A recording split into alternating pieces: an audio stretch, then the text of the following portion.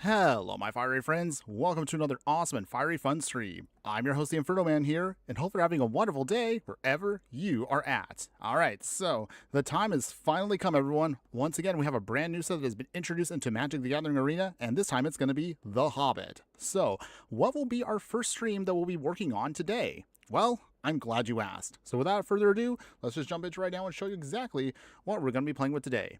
Now, I know I had a bit of a poll earlier this week when I was asking everyone what you guys want to see for the stream, and I realized, hey, wait a second, Midweek Magic, of course, is going to be on Wednesday. So I will say this right now, sorry to say this, but we will be, of course, doing the rabbit deck that I actually built, but I think I'm going to save that actually for a full-on deck tech. So I think we're going to upgrade that one.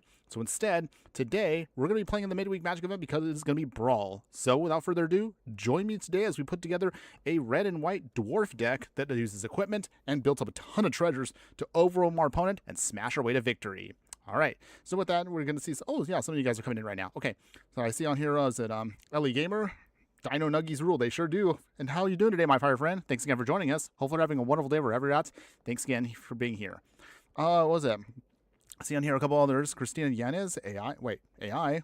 Wait, we're not AI. We're actually real. We're real. We're the real deal here. See? Hello, hello, hello. See? I'm real. Seriously, I am real, though. Otherwise, hold on. And then we have Marianne Deem. Hello, my fire friend. Good afternoon. How you doing today? Hope you're having a wonderful day wherever you're at. Thanks again for joining us. No, this is not AI. Wait. Oh, is this something I'm going to have to deal with the kids now as we go further into the whole realm of AI, I guess you could say? I feel like that should be something I probably would address in a future live stream. But in any case, today we're going to be playing, of course, in the Midweek Magic event. So again, it is Brawl. So let's go ahead, let's pull up our deck and show you exactly what we're going to be playing with today. All right, so it's going to be Dwarven Treasures. That is the name of the game for this week's deck of choice. So all of you, of course, if you don't know already, we're, of course, live, of course, across all of our platforms that we're usually on. So whether you're watching me on X or Instagram, Twitch, or YouTube, thanks again for being here, everybody. If you miss anything from today's stream, do not worry. Again, full replays will be available, of course, across Twitch and YouTube as my primary location. But of course, you can check me out on any platform that you want to chat with me on. Otherwise, let's go ahead, let's jump into our deck tech today and show exactly what we're going to be playing with today. All right, so as I mentioned earlier, this is Dwarven Treasures. So from the brand new Hobbit set that actually is going to be coming out in paper in a couple days, but it is now live here on Arena. So we'll be building around here Thorin, King of Durin's Folk. So that's going to be our commander for today. We're going to be playing with a lot of dwarves, get some equipment, we're going to get some treasures going, and hopefully we'll just blow away our opponent and smash our way to victory. Okay, so let's go ahead, let's talk about the card, of course, and we'll talk about the stats of the deck, of course, and we'll go over everything else as we continue on. Once we get about halfway through the stream, for those that are new to this, we'll then show you an upgraded version of the deck if you actually really want to go all out with it. And again, if you're willing to spend a ton on this deck. Hey, Infernoman, there was a flood on Joliet when it was raining. I was super shocked. Ooh, that sounds a little scary there. You okay, though? Hopefully, again, you're okay, though. I want to make sure that, again, like, you guys are safe wherever you're at. Oof. Is it raining where you are? Let me know. But while I take the time to have you respond to that, Dwarven Treasures here, as I'm going to be mentioning right now, let's go over the stats of the deck. Long-time viewers of the channel know how we do it. As always, we have to talk about the stats of the deck before we dive right in. So as I mentioned earlier, Dwarven Treasures here is white and red. Average mana curve is going to be about 2.5, and in total we have a we have a lot of dwarves. So we have 34 dwarves in the deck. We have 12 instants, 4 sorceries, 10 artifacts, 5 enchantments, and 34 lands. So going back to our commander, the person that's going to be leading this is going to be Thorin, King of Durin's Folk here. So as I said, he is a legendary creature. He is a dwarf noble. He's a 4/4, and it says, whenever Thorin or another dwarf you control enters, create a treasure token. So we'll get treasures to help us ramp out our package and go super, super big, super quickly here. However, his other ability is also really cool here. Other dwarves you control get +1/+0 for each artifact token you control. So specifically artifact tokens. You can't just put out any other artifacts. You really got to go all in on the token plan. But there's plenty of ways you can make tokens. But ideally we want treasures because it goes perfectly with how the deck is meant to roll. Also because we're in the colors that are not very good with ramping, so I guess the treasure production helps us, again, just ramp out our package. So going now over the rest of the plan here, we want to try to put on as many of these treasures out there, so that's why we need a ton of doors for the deck. So starting in the 1-drop slot, we're going to have to talk about our spot removal. We have Swords to Plowshare. Exile target creature. They give them life equal to the power of the creature. Just helps us again with hard removal to get things out of the way. Our first of many dwarves here is Toolcraft Exemplar here, Dwarf Artificer. He will get an extra +2/+1 pump if we have at least 1 artifact, so perfect with the deck itself. But also he gets first strike if we have 3 or more artifacts, so he gets a little bit more power as the game progresses. To make sure we can just dump a ton of treasures onto the field. This is a budget deck, but we have a lot of cool options here. And also, dwarves actually are pretty good with equipment, which we'll talk about in just a little bit. So starting off, we have Beamtown Beatstick here. Gives a creature +1/+0 and menace. When a creature deals combat damage while this is attached to them, then we can also generate treasure tokens to help us keep ramping. To help us also out with that, we'll also have Diamond Pickaxe here. This is an indestructible equipment. Same thing. When this actually has you attacking, you can create treasure tokens. We have, of course, Strike It Rich, of course, to make treasure tokens. We have Prying Blade. Same thing. It does the same thing as the Beamtown Beatstick here. Creates for us treasures when we deal combat damage. We have Spikefield Hazard here. Is just a small little bit of damage, but also you can use it as a tap land in a pinch. Another 1-drop dwarf is going to be Dwarven Mauler here. Dwarf Warrior. Equipped abilities you activate that target this creature will be 2 less to activate. So you can stack this up if you really want to. Not a huge one, but it can be good in the early game if you want to get some early game damage with the Beat Stick or say like the Prying Blade. So really cool. Ellie Gamer, I'm eating goldfishy snacks right now. Ooh, those sound tasty, by the way. I do love goldfish. It actually has been a little while since I've had goldfish. What did I have earlier? Oh, that's right. I actually had a chocolate muffin, so probably not the healthiest thing for this little fireball to have, but I'm not going to lie. I do love chocolate, so chocolate muffins. Yum, yum, yum. But yeah, hopefully enjoy those goldfish. Is it the regular goldfish, or is it like a different flavor? Let me know. I wonder if you'd advertise your own... I mean... I don't know if I'd ever advertise my own cereals or snacks. I used to love cereal and everything when I was younger, but when you get older, cereal is not that good for you. I've learned that, of course, but I'm sure many kids that were the same age as me back then probably learned the hard way that that stuff's not good for you. So if I was to advertise something, I'd want to advertise something that's a little bit healthier and good for yourself. Just in the future, if any sponsors ever want to hear that from me. I don't think everyone's going to hear that, but I just throwing it out there. In any case, where was I? Oh yeah, that's right. We have to get back to the deck tech. Moving on. So we also have All That Glitters. So it's an aura enchantment. It gives our creature +1/+1 for each artifact and enchantment we control. So this will give one of our creatures a massive pump. And we have ways of bringing this back in case if it ends up in the yard. Armed and Armored here gives all our vehicles the ability to become artifact creatures. We're not a vehicle deck, so we don't care about that part. However, we want to use the other side, which is choose a dwarf you control and attach any number of equipment you control to it at instant speed. So that can pump up one of our creatures, giving it a huge power boost with like our beat sticks, our prying blades, and all that stuff, giving it a lot more power. Another one of our dwarves here is going to be Dane, Lord of the Iron Hills. So 2 mana, 2/2, Dwarf Noble, legendary creature. He has Village and the new ability Storied. So in order for Storied to actually trigger, you need to have at least 3 or more artifacts, legendaries, or sagas. So if you have any combination of those, you'll then have an enduring story for the rest of the game. So actually really easy to trigger that off, so it won't take too long. As long as we have an enduring story, creatures can't attack you unless they pay an additional 1 for each of those creatures. So we can make this as a small little taxing effect to kind of slow down our opponent if they're going to be super duper aggro against us. Killy the Resourceful here, Dwarf Scout, so legendary creature, 1/2, also has Storied. As long as we have an enduring story with him, you can pay 0 rather than pay the equip cost for the first equip ability you activate each turn. Whenever another dwarf or equipment you control enters, we can draw a card. And of course, this trigger can only do it once a turn, but that's okay, because this helps us again just get through our deck really quickly. We have some spot removal with Razorgrass Ambush, or it can be a land in a pinch. We do have some auras to help slow down our opponent, like Reprobation here, making our opponent's creature become a coward with toughness of 1, power 0, and also they will lose all abilities. So save this for something you really have a hard time dealing with in the deck. Ellie Gamer, Infernoman, I am mad right now because every single time I see some Minecraft posts, the first comment keeps saying fix Mojang Bedrock for no reason. Oh. I don't really know how I can comment to that. It's not that I don't have a comment, it's just I have no context for Minecraft. But I'm sure somebody out there probably can help me out with that. I mean, if anybody out there actually knows Minecraft, let me know. Affinity for Anime, hi, Infernoman. Hello, my fire friend. Good afternoon, and how you doing today? Hopefully you're having a wonderful day wherever you're at. Thanks again for joining us, by the way. You're just in time for us to see us explain our Dwarven treasure deck. Restoration Specialist here is going to be a Dwarf Artificer. This is mostly just a sacrifice we need to bring back an artifact card and an enchantment card back from the graveyard to our hand so that we can recurse, say, like, maybe if the All That Glitters goes to the yard, or maybe our Prying Blade will go to the yard, we can bring them back to reuse them. So a really good card for that. Sedri Shelter here. It can either be protection for a creature or a tap land in a pinch. Shattered Acolyte is actually the opposite of the Restoration Specialist, where we sacrifice this to bring back an artifact or an enchantment card. Shattered Acolyte is sacrificed to destroy an artifact or an enchantment card, so really helpful for the deck. Speaking of more things we want to use, we have Sheltered by Ghosts here. So this is an aura that we have. It exiles a non-land permanent, so that's the reason why we want it in the deck, so it's good for our deck. Saram Senior Edificer here helps us turn through our deck whenever we cast an aura, equipment, or vehicle spell. We obviously don't have any vehicles for the deck because we mostly just want to focus on equipment and a couple of auras sprinkled in. So doesn't give us too much card drop, but he is a dwarf also, so he does trigger off some stuff.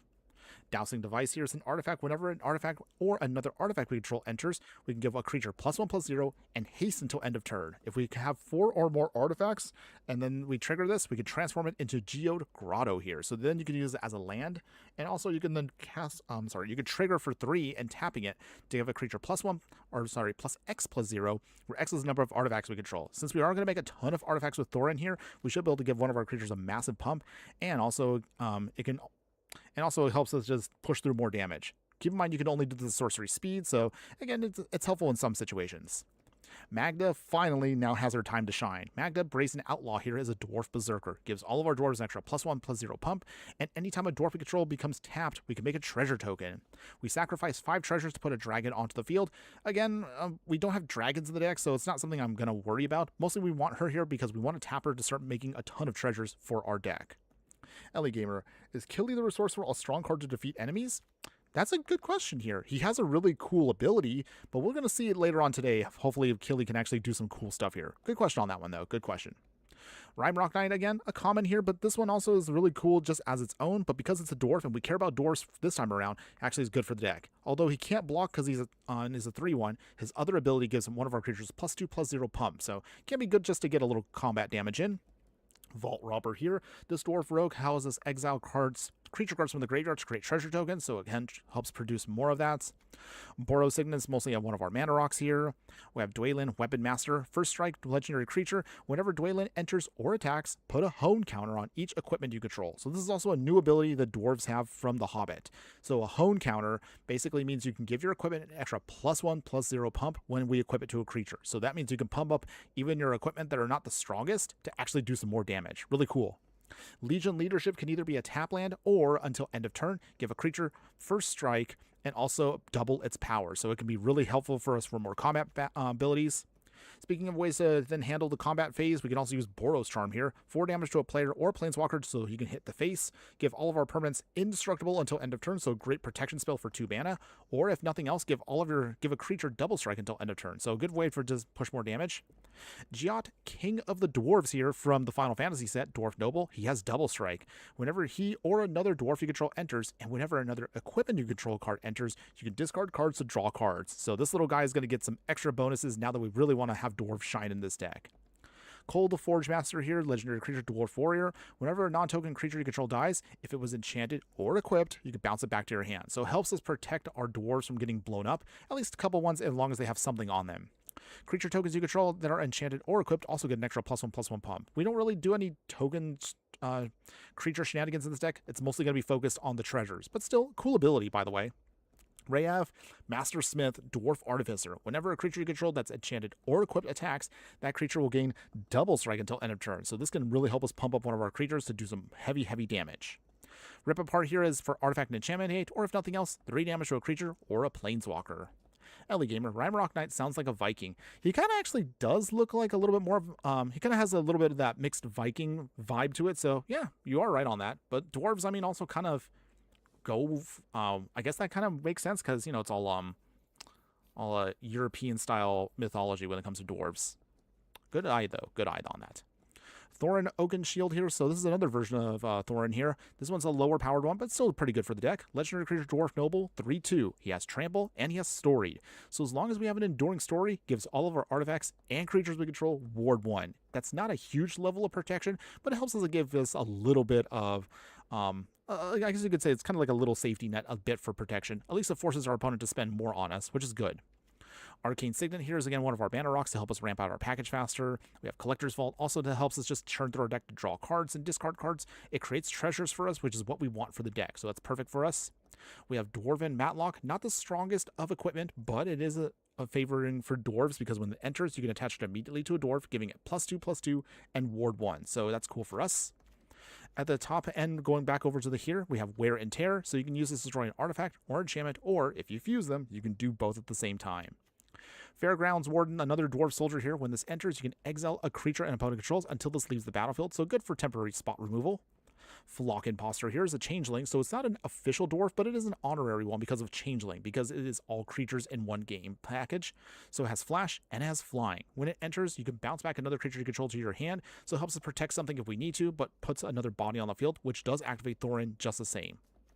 Ori, Keeper of Songs, the dwarf bard here. He has story, so as long as we have an enduring story, he'll get +1/+0 and vigilance. Not a huge pump, but again, just helps us out with the dwarf game plan. Priest of Ancient Lore here, when it enters, gain 1 life, draw a card. Simple, and helps us just keep our deck going. Stroke of Midnight allows us to destroy a non-land permanent, and it leaves behind a human token, but depending on what we destroy with it. So good for, again, spot removal for the deck. Boar Chanter's Scald here, 3 mana, Dwarf Cleric. Whenever this dwarf becomes tapped, if it's an enchanted or equipped, you can start making tokens with it. So that's actually good for us. And keep in mind with the way Thorin's worded, it doesn't matter if the dwarf is a token or an actual permanent card. So that means we can actually start making a ton more extra dwarves, which helps us, again, push out our plan even more. Aerial Responder here has flying, vigilance, and lifelink, and that's pretty much it. But it also has, the flying part is actually really nice, so this is going to be a good evasive creature. Dane Ironfoot here, 3 mana, Dwarf Warrior, 1/4. When Dane enters, create a colorless equipment artifact you control named Axe, and then of course you can equip it to something, giving it +1/+0. And then if you do, whenever Dane attacks, each equipped attacking creature gains double strike until end of turn, so it helps us again with pushing out damage. Dory, Bearer of Friends here, Dwarf Warrior, 3 mana, 3/2, trample. When he enters, create a treasure token. Helps us again with the ramping. Philly and Killy Joy is here. Dwarf Bard has haste, and also you can tap it to add 2 red mana. However, you can only spend that mana on sagas, equipment, or dwarves. So it just helps us, again, just pump up our package a little bit more and ramp everything out. Ellie Gamer here. Creature Shenanigans? Never heard of it. Thorin Oakenshield. I would just imagine if this power is to turn into an oak tree to blend so enemies won't see him. Oh, you have a really cute imagination there, Ellie. But I will say, I don't know how you come up with that stuff, but that's good stuff, by the way. Now I'm envisioning this giant dwarf tree that just has a big, goofy beard on it. Okay. Flock Imposter looks like an extinct New Zealand flightless bird. Actually, hold on. Now that you mention it, kind of does, actually. But it's because of its changeling ability. I guess that's kind of what changelings do in the game. They kind of just morph into whatever is around their surroundings and just try to mimic it. So I guess that makes sense why they're changelings, because they can be, you know, any creature type, if you will. Anyways, moving on. We have Flick a Coin here. So it does 1 damage to any target, creates for us a treasure token, which we want, and also helps us draw a card. Glowin Dwarf Emissary here, Dwarf Advisor, 3/3. Whenever you cast a historic spell, create a treasure token. This ability, however, can only do once a turn. If you forgot, historic spells are artifacts, legendaries, or sagas. So those are all our historics. We have a lot of legendary creatures in the deck, so that actually should trigger off pretty easily for us. And also, you could sacrifice a treasure with him to goad a creature. Goad doesn't really help us out too much in 1v1, but if you're playing this in multiplayer, Goad is actually really good for our deck. So just FYI in case if you actually play this in a real commander deck. Hanger Scrounger here, 3 mana, 2/1, Dwarf Pilot. He has backup. Whenever this creature becomes tapped, discard a card, and if you do, just draw a card. With the backup ability, if you forgot about this, if you then choose a different creature, you can put a +1/+1 counter on the other creature, and also it gains the abilities of this card until end of turn. So you can kind of double up on some of your stuff if you want help. Improvised Weaponry here deals 2 damage to any target, creates a treasure token. We also have Plundering Barbarian here. When this enters, you can use it to either destroy an artifact or make a treasure token. Seize the Spoils, some of our card draw pieces here. We can discard a card to draw 2 cards, create another treasure token. Forging the Tyrite Sword here. For the first 2 parts of the saga, create a treasure token, and then on the 3rd part, we can dig out an equipment card and put it into our hand. So we can pull out whatever we need to and just kind of have it when we need it. Changeling Wayfinder here, another changeling that's not exactly a dwarf, but it is an honorary one. When it enters, just helps us dig out a basic land and put it into our hand. So again, some light ramping. Speaking of extra ramping, we have Furdock Core here and also Patchwork Banner. These are mana rocks that can help us tap to add mana of any color. With Patchwork Banner, gives also our dwarves an extra +1/+1 pump because we will be choosing dwarves as our chosen creature type. Furdock Core technically actually is a changeling itself, so it will trigger off with Thorin, even though it actually is not an actual creature until you turn it into one if you'd like to. In the 4-drop slot, we have Philly, the Pathfinder here. So this version of Philly is a Dwarf Scout. He has Storied. As long as we have an Enduring Story, creatures you control will also get an extra +1/+1 pump. And whenever Philly or another non-token Dwarf you control enters, we can create Dwarf tokens. So, hold on. Sorry, train of thought here. Okay, sorry. Gotta reel it on in. Okay, we're almost done, everybody. So we also are utilizing here some more treasure producers and card draws with cards like Big Score here. I think the other card that does the same thing is Unexpected Windfall. They do literally the same thing. They're instants that cost 4 mana. You can discard a card to then draw 2 cards and create 2 treasure tokens. Gimli, Counter of Kills here, or Gimli, I should say. Wait, I don't know why I said that wrong. Legendary creature Dwarf Warrior from the Lord of the Rings set. He has Trample. Whenever a creature an opponent controls dies, Gimli will deal 1 damage to that creature's controller. So he will ping out stuff as long as we keep destroying creatures while he's on the field. Glow-In, the Mighty here, he is actually 2-in-1 here. Legendary creature Dwarf Warrior. At the beginning of your first main phase, you can add red mana. Double red mana, by the way, so it helps us with ramping. And also has Easy Pickings, a sorcery adventure that says 1 damage to each creature your opponent controls. So he can be a low-level Wrath, and also he can just ramp us out. Really good package, by the way, for a budget card. Corvald, the Noble Thief. Hold on. Ugh. I have like a little boogie in the back of my throat right now, and I don't know why I can't like get it out. Okay, hold on. Let me see if I can try to get a little water to try to guzzle down this really disgusting thing in the back of my throat. Hold on, everyone. Hold on.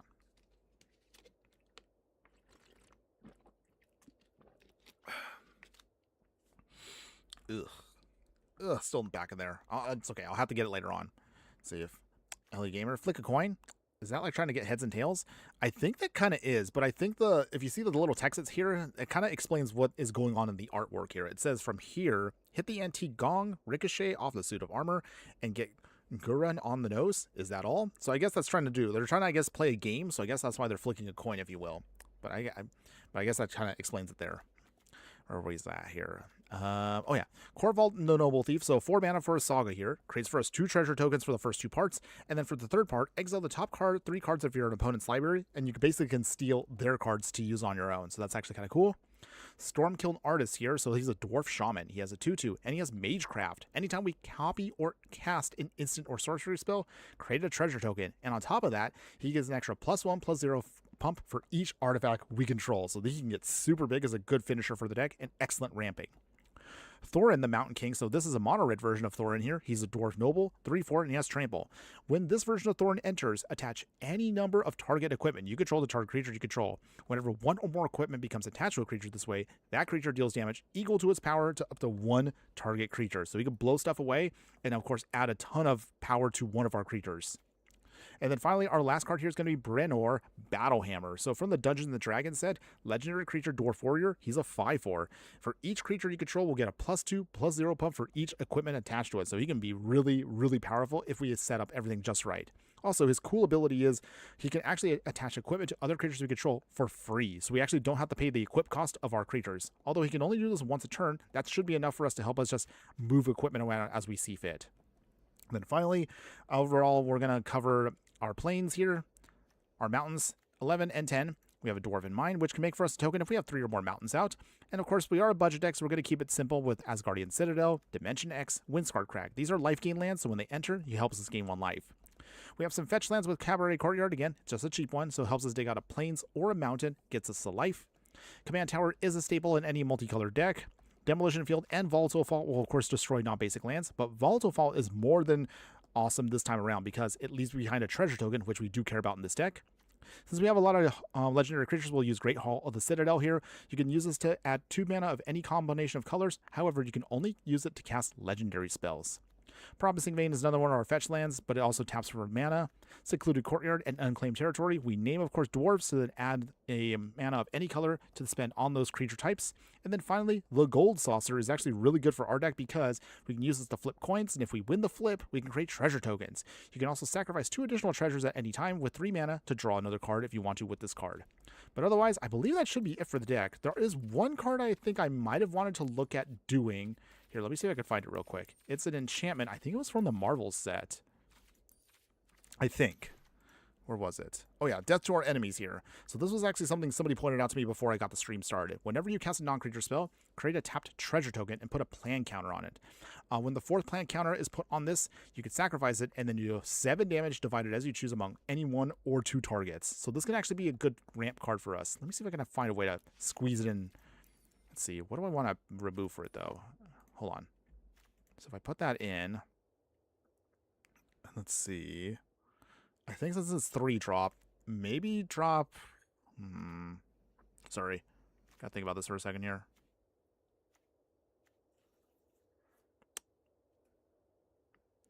Try to keep that.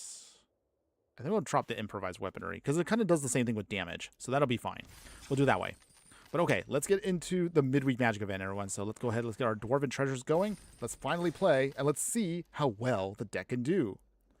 Jock, hi, remember me? Of course I remember you, my fire friend. How you doing today? Hope you're having a wonderful day wherever you're at. Thanks again for joining us. Appreciate you leaving a comment behind on our last video from yesterday. Happy to hear from you.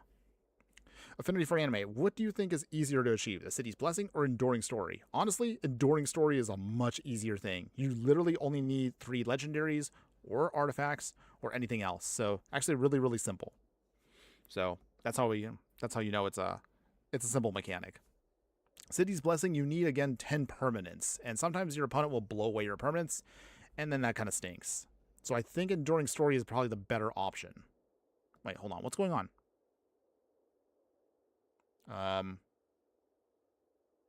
Okay. Okay, Arena's having a moment here, so let's see. Internet should be fine, because if the internet was pooping out, we would be having... The stream would be gone? Oh, come on. What are we doing here? Arena, hello? Oh dear. Okay. Okay, let me see if we can find a way to get this going, everybody. Guys, this is not helpful right now.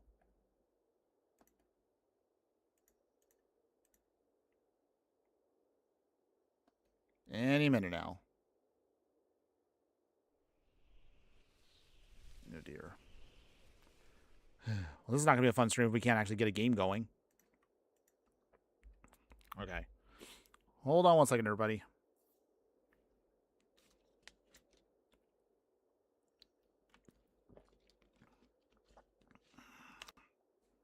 Chalk here, leave me a balloon while I wait. Appreciate that, by the way. Okay. Oh, we were ready to go. Don't do this to me now, Arena. Don't do this to me now. Okay. I might have to reset everybody, so hold on one second. I'll keep the stream going, of course. Don't worry. So we just need to... Dear. Okay. Okay. Hold on one second, everybody. I will still be here.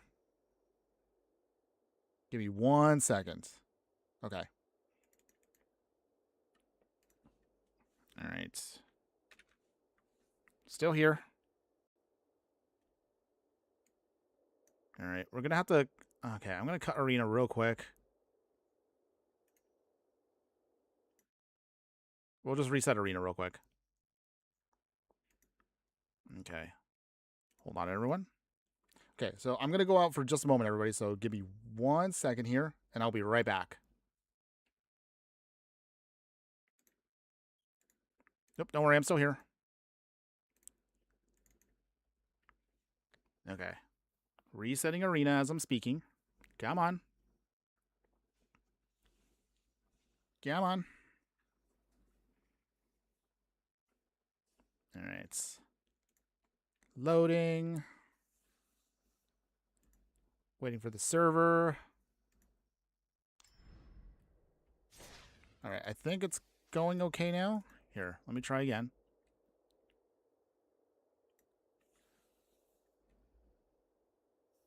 Okay, I should be loading in right now, everybody. Give me 1 second. Almost there, almost there, almost there. Almost there. I'm almost there. Hold on. Moving. Whoop. Hold on. Okay, I think I got my functionality back. Yay! Okay, cool. All right, so I think we're okay now. Go back to in-game. Come on. There we are. Yay! Okay. Okay, let's try this again. Okay, let's play. Come on. There we go. Much better. All right, finally. Okay, we're in, everybody. We're in. We're in. We're in. All right, locking it in. Here's our first game for the day, everyone. I was going to say right now, oh, I really did not want that to poop out on me. But okay, we got our first game ready to go, everybody. Okay, so for that, all right, so what do we got here? So we got plenty of lands. That's good. Strike it rich. Dwarven Mauler. All right. We're looking pretty good here. The Enigma Jewel. Okay, opponent's ramping. Okay, we got Magda too. So for that, let's play first Dwarven Mauler.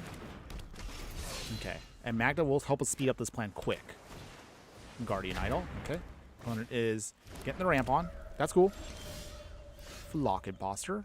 So let's see. We'll do it this way. Mountain. Get Magda. All right. Get that pump going. Swing. Make a treasure token. Ice. Okay, and then for that, we're going to get out a Toolcraft Exemplar now. We got to speed up the plan. Okay, opponent. Show me what you got. They're playing Krang. Oh, they're playing with Urza? Ugh. He's a scary card. Okay, so how do we do this? Forensic Gadgeteer. Okay. Galoran the Mighty. Let's see. Demolition Field. And then...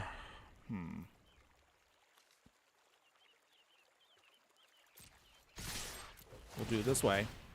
Make treasures. Depending on what our opponent blocks, we'll determine how we do this. Okay, Magda does get... Okay. Lock Imposter. Bounce back Magda. Push through damage to 19. And then we'll go... actually, we'll wait it out. We'll wait it out. So we have enough actually now for Thorin to come in. That's what we wanted. We just want to be able to ramp quick.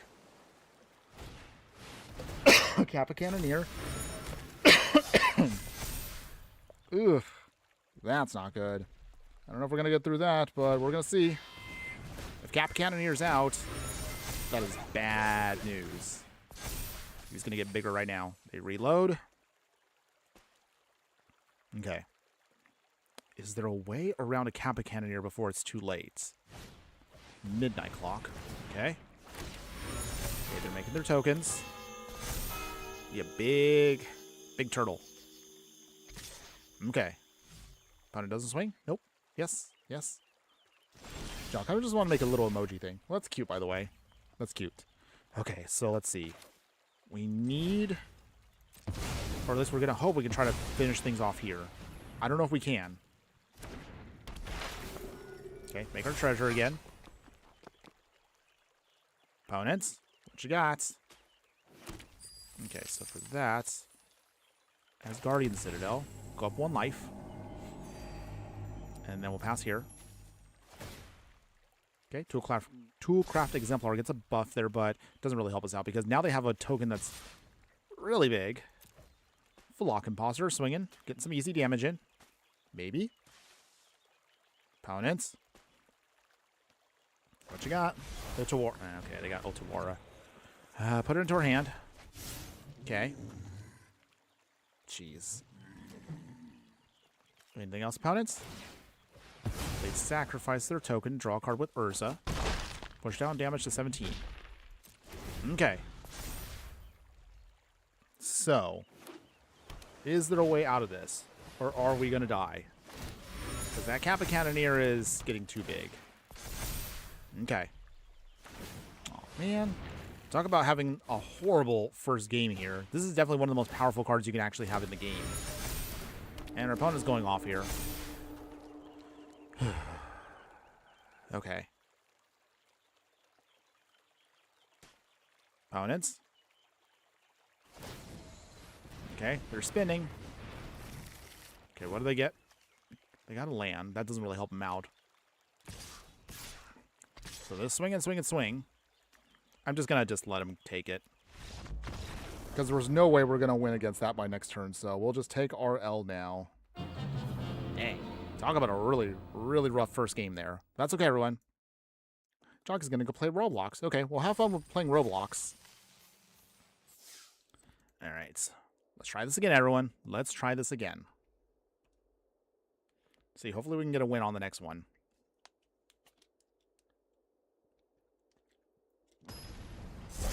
Okay. All right, let's go ahead. Let's lock this in again. Okay, so we're playing against Rakdos the Muscle here, so let's see. Forgot, what does he do again? Okay. Whenever you sacrifice a creature, exile cards. Okay. Okay. Sorry, hold on one second. Ugh. Ugh. Ugh. That was gross. Okay. Where was that here? Sorry. Phlegm. Phlegm. Not something good to have as you get older, but it will happen a lot. Fair warning to all of you that are younger than me. Okay, so we're going to have to mulligan this because we can't cast anything with it. So let's try again. Okay, this should be okay here. This will be fine. We'll keep this hand here. Play the Cavalry Courtyard to start. We sacrifice that immediately. And this way we can get a red source out. So we get a mountain. Cool. Okay, opponent, what you got?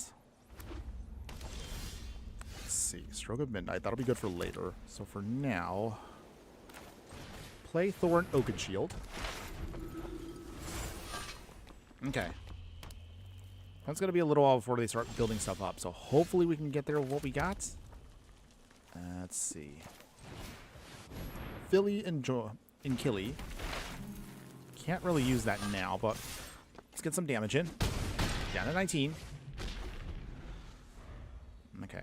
If we can get to Thorin, or maybe a Collector's Vault here, we should be good to go. No, bedeviled. Okay, so we can't get story just yet. We're trying, though. Prying Blade. We'll equip that to the Oakenshield. That's cool. Swing now. There we go. Okay. Make our treasure. Now we have easily here Enduring Story. So, Affinity for Animated, I guess that kind of answers your question. So we got that now. So that helps us out a lot. And then with that, Thorin now comes in. Cool. Becomes a 5/2. We don't want to destroy Atsushi yet. So we're going to wait. The protection's not much, but it will help out when the time is right. Okay, Rakdos here. Flying and Trample. That'll be a problem, but it's not impossible to get through. Okay. Dark Ritual. Opponents. What are you trying to build up to? Is this the Rakdos turn? Or we got something else going on? Opponents. Grim Hireling. Okay, Tiefling. Go to 22. Alright. Make two treasure tokens. I don't know why I said it that way. Okay. Sacrifice X amount of treasures to get -X. Okay. So Ward 1 kicks in. We lose our creature, but that's okay. So for now, let's play our Aerial Responder. Makes another treasure. That's cool. And then from there, Stroke of Midnight. Actually, hold on. Get in our damage first. Do they block? Most likely not. Nice. So for that, Stroke of Midnight, taking out the Hireling. We'll lose our power boost for just a little bit, but that's okay. The Hireling's gone. That's cool. Affinity for Anime. That is the trap of building decks for fun on Arena. Most of your opponents are only playing to win. Yeah, I'm aware of that. And it's one of those things that, I mean, when I do my live streams, I just have to accept. But again, realistically, if you're playing these decks anyway, anything I build, you do have to accept that if you're going to play these in ranked, you're going to run into opponents that do not care that you're playing budget. But still, if you like them, I mean, that's the reason why now I just do a regular deck and I do an upgraded version to at least give you an idea of what you realistically want to build towards in the future. So that's the way I do it. But I'm pretty sure you already know. Let's see. Changeling Wayfinder. Cool. We'll take out a basic. Let's see. I guess we'll get out a mountain. Play the mountain. We will play Collector's Vault. We start shuffling through our deck. Okay. Rakdos the Muscle. Okay. I hate Crucius, by the way. But some way, somehow, we'll get through all this. Some way, somehow. Okay, so that's 1, 2, 3, 4, 5. Let's see. Okay, we will give our creatures an extra +1/+1 pump. Make a dwarf token. Okay. No attacks yet. The hard part with our deck is knowing when Thorin can come in and actually get really beefy for our creatures here. Okay.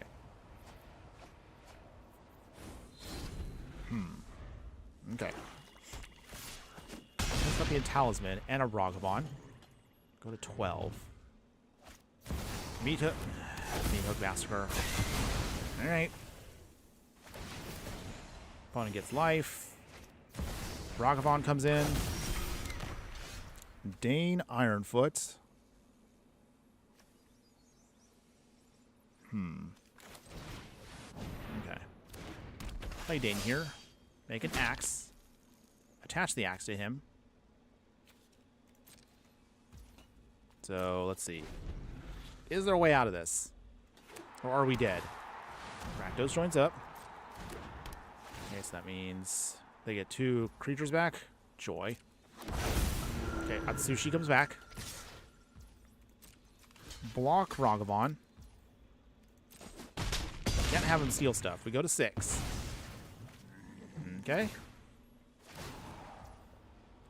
Okay, we lose life. Get pinged. Is that an opponent? Okay, so they do that. And we're dead. Out of spites. Take that, opponents. And we'll take our L's here. They steal our cards. And we lose. Okay. Well, again, this is what happens every so often. That's not the again. As a reminder, everyone, that's not to say these decks are terrible that I put together. I mean, well, granted, I can't honestly be... Well, how do I put this? I can't be honest about that, hopefully, as a whole, because literally I put this together last night, and I did not have enough time to actually test it. So sometimes I throw together some of these decks with like 10, 15-minute time spans, and just kind of be like, okay, well, I have an idea. Maybe it'll work. Maybe it won't. But hey, we won't know until we actually get to the stream. So that's how it is. It's okay, everybody. I'm just throwing out there literally what my brain will just poop out at any given moment. I have an idea for a Golem deck that I also would like to do, but I have no idea how I'm going to make that work. We'll find out on, Saturday? That'll be when our next stream is. Until then, though, ramblings aside, let's keep this hand. Opponent's got the Rat King, so they're probably playing some kind of meme deck, if you will. Okay, Swamp first. Okay, put down the Stronghold, our dual land. Okay, opponents, are the rats coming? Nope, not yet. That's cool. That helps us out a little bit. Okay, Thorin, Oaken Shield. We need 2 more things to get storied. Arcane Signet, that's fine. Cool, Rimrock Knights. So for that, we will take 3 damage here to play the banner. Put it on, of course, Dwarf. Cool. Alright, down to 21 opponents. Okay. Not too bad, we're making progress. Okay, so let's see here. Opponents, what you got? Pack Rat. Okay, so here come the rats. They are a-coming. Let's see, Fairgrounds Warden. Beautiful, by the way. Okay, so that helps us out a bit here. Okay, exile that rats. Okay, cool. Citadel, gain us life. Boom, down to 17. Okay, making progress. Maybe this will finally be our first win for the event today. But once we're done with our midweek magic events, or if we get to a point where we gotta like go on a different route with our stuff, don't worry. We have an upgraded version that is designed for competitive Brawl. So don't worry, everyone. We'll have a stronger version of this deck soon. Okay, Rat King, this version here, this one cannot stick. So, Source Plowshare. All right. Cool. Leaves behind 1 rat, but that's not a huge deal for us. So now we have Thorin coming in. There we go. We get our storied. Oh, opponent! We were about to go off there. All right, well, there you go, everyone. There we go. First win of the day. Finally. But okay, there you go. You kind of see right here, just rally together all of our... I'm sorry, I was going to say elves. Get together our dwarves, and then finally we just start smashing our way in. We start making a ton of treasures. Or at least we would have if our opponent just let us go off. That's okay. No big deal, everyone. We found 20XX. Hello, my fire friend. Good afternoon, and how you doing today? Hope we're having a wonderful day wherever you're at, and thanks again for joining us. Okay, so we got some gems. That's cool. All right, let's get our next game going. Do you have a Mox field? Actually, I do not. All of my deck techs that I do, and I guess this is just me being kind of lazy. Actually, my stuff, all of my decks are all on MTG Goldfish. Like, they were the first site I started putting out decks for, so I kind of just started using that. I have my personal collection of actual decks I have in paper on a separate page on Archidect. So, is Moxfield the most popular way to put all your stuff in? I only ask because I feel like there's like a dozen different websites you can put your stuff on. So I'm honestly confused as to, you know, what is the most common one everyone uses. So if it is that one, that's fine. I don't mind moving my stuff over. I'm just trying to find what is the best option. Okay, diamond pickaxe. Okay, so one of our many artifacts here that's going to help us out. Okay, they're playing Shauna. This says legacy. Can't be the target of abilities, but we can still target her with spells. She gets 1+1 for each creature. So she gets bigger over time, just for all the stuff they pay. Okay. Interesting. Vault Robber. So for now, Priest of Ancient Lore. He'll help us draw another card, gain a life. Cool. We want to get to Thorin so we can start making a ton of treasures and start ramping our package out. And as we get more dwarves, we'll make more treasures. But yeah, everything I have, all the deck techs I post will be on MTG Goldfish. That's just my thing. All right, Thought Weft. Kithkin. Plant Beast, huh. Trying to figure out. So I guess they're not really caring about their creature type. They just want to go wide with stuff so that way Shauna can be big. Okay, so comes a 3/3. Opponents? Swinging? I suppose I could. We'll see. Opponent? Nope. Yes. Maybe. Something? Okay. Forging the Tyrite Sword. That's not too shabby here. So we will use it now to make our treasures. Okay, the pickaxe gives us a +1/+1 pump. So it becomes a 3/2. But the Grand Pulse Ochu, or is it Oku? Or I'm just going to say Ochu, is going to be in our way. That's the only annoying part right now. But not the worst. We will wait. Make our treasures, and then we'll rebuild from there. Just got to make sure we keep the Death Touchers off of the field when the time comes. Finish for anime. The problem I have with Mox Field or similar sites is I'm always updating my deck. So after a month, the decks list on the site is horribly out of date and triggers my OCD. Oh, I can tell you right now, I have so many out of date. When I first started using MTG Goldfish for my posting of decks, I realized then over the course of a couple of years, I'm like, oh yeah, that's right. That was my old list for my Commander deck. And I realized, it's so out of date. And then it's kind of a pain to actually have to rebuild or update those deck techs. Yeesh. That's why I also decided I'm going to move over all my personal decks to Archidect. I like the layout for the site, and it's a lot easier for me to copy-paste things there. At some point, though, I need to remind myself I will start putting out there more exclusive content for Patreon subscribers. So if you want to see my personal decks, and I will do a little walkthrough of those, I will do those at some point. They will get their own exclusive videos. So we go to 24. Opponents? Anything else? Nope. Okay, cool. Okay, Rip Apart's actually pretty good here. So, Rip Apart. Third of the consoles go bye-bye. Nice. Okay. So for this... Okay, that's gone. We will equip to the Priest of Ancient Lore. If our opponent has an answer with the Grand Pulse, I have a Swords of Plowshare ready to go. Opponent, what you gonna do? Cool. Alright, so from here, opponents, they have something in hand. You can tell right now, they have something. Okay, we make our treasure token. Alright. Opponent, do you block? All we just wanted is we just want the treasures. If they don't block, that's actually even better for us. Okay, well, all right, nice. Go to 22. Even better.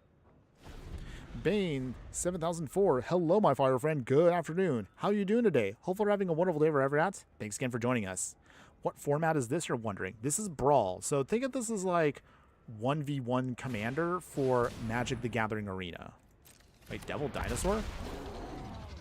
Opponent, I'm so confused. I have no idea how your deck works. You have Kithkin that care about Kithkin cards. Okay, that's fine. You have a Grand Pulse Ochu. It's a plant beast, but you can't really do anything with it. But then you also have a Devil Dinosaur. I mean, again, nothing wrong with your deck. I don't know what your strategy is here, if you don't mind me asking. Okay, get the Dwarven Mattock. Cool. Okay, so we got our ramp. Let's play Thorin now. We'll be able to recover all of our stuff in just a moment. All right, there we go. Make our treasures. Cool. And then Vault Robber comes in.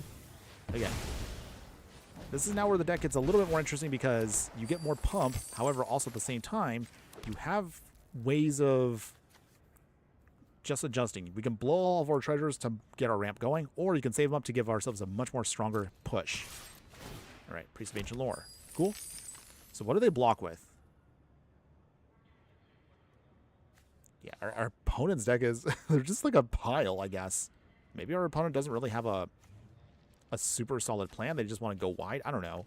Because you got the dinosaur, but you don't have dinosaurs, opponents. They're not blocking still.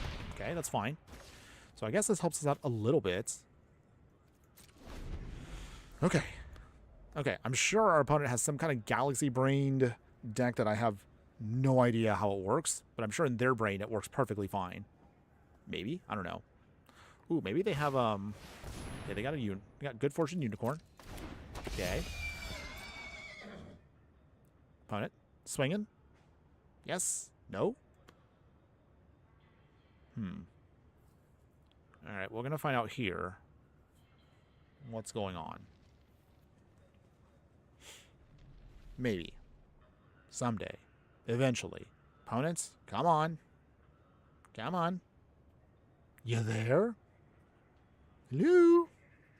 Hello?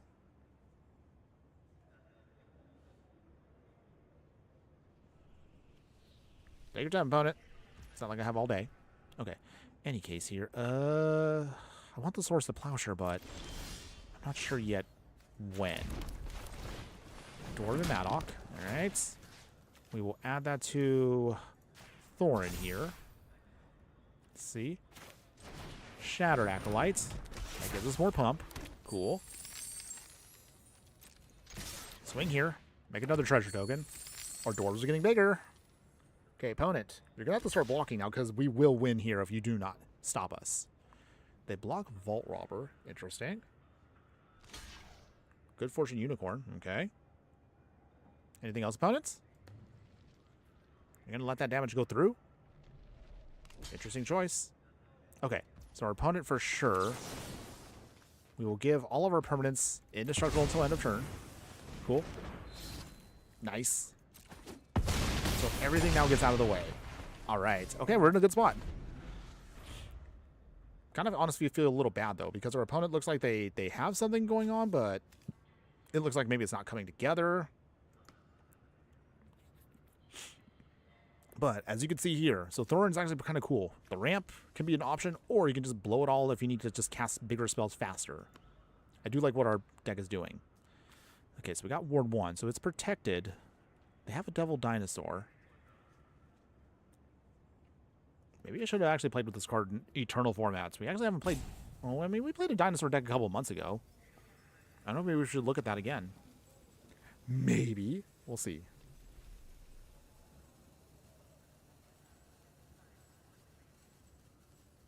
Opponents. They're thinking. Affinity for Anime. I played against a couple opponents last night for Midweek Magic like this, whose deck I couldn't figure out what the strategy was.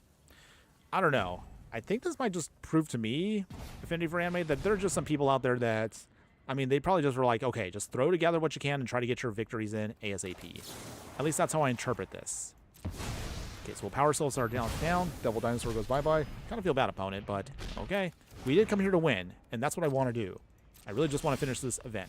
Okay, so I think that's it, everybody. Get our hit here, make our treasure, gives us a little bit more pump, and that should be it. Right? Right? Oh, wow. Opponent has focus fire. Okay, well, I guess our creature's gonna have to die. Ugh. That's annoying. But okay. Opponent lives to see one extra turn. Shockingly. Put the pickaxe back on. Okay. Hey, I give our credit to our opponent here. They're trying. Oh, dear. That sucks. Okay. Our opponent managed to top deck a Wrath. Wow. Wow. So they're still alive. Annoyingly. But okay, it's fine, opponents. Play Thorin again. Make our treasure. Equip the axe to him. We have plenty of mana now, so that's not a problem. We just need to start actually getting stuff going here. We will then pass here. So at least we have Ward 1. Not much, but it's something. Opponent still hasn't played their commander at all. Alright, they kick. So they get something back. Okay. We can get rid of Sunblessed Healer thanks to the Spikefield Hazard, so haha. 1 point of damage does make a difference. Let's see, what do they get? Okay. Okay. So that's got to go. So Sunblessed Healer. Got him. And it's exiled. So 2 bad opponents. 2 bad. Put the pickaxe on top of here. We got to try to see if we can find a way to make this all work. Push through damage. Make a treasure. Got to block opponents. This is lethal. Okay. Okay. Opponent's actually making this work for this. They're such a pile, and some way, somehow, they're cobbling together just enough to stop us. Okay, Mossborn Hydra. Just... Okay. You do you, opponents. I have no idea what's going on anymore. Okay. Prying Blade. Okay. Well, I guess we're just going to now be in equipment mode here. I guess that's how it be. And they have basics, too, so I can't even use Demolition Field. Affinity for anime. Oh, interesting idea. Maybe some of the midweek Magic players aren't used to Brawl? That probably has to be it. Maybe they just put together a deck for the event. You're probably right on that. I have to probably agree 100%. These players that we're playing against they're not Brawl players. They probably just were like, hey, find something I want to do, maybe to complete my dailies, put something together, and then be done with it. I mean, if that's something you want to play, that's fine. I mean, trust me, like, there have been some midweek Magics where I just look at it and go, ugh, I don't care. I really don't want to play this. But I do want my gold, so I'm going to have to play with formats I'm not fond of. Those rare times when they put like, oh, hey, we're playing Alchemy, and I go, cringe. But hey, if I got to get my dailies done, free gold and cards and gems and all that, I will play whatever I can. It is what it is. Ugh, I really wish we had Trample right now. This is being beyond annoying. And it's taking way longer than I thought it was going to take. Okay.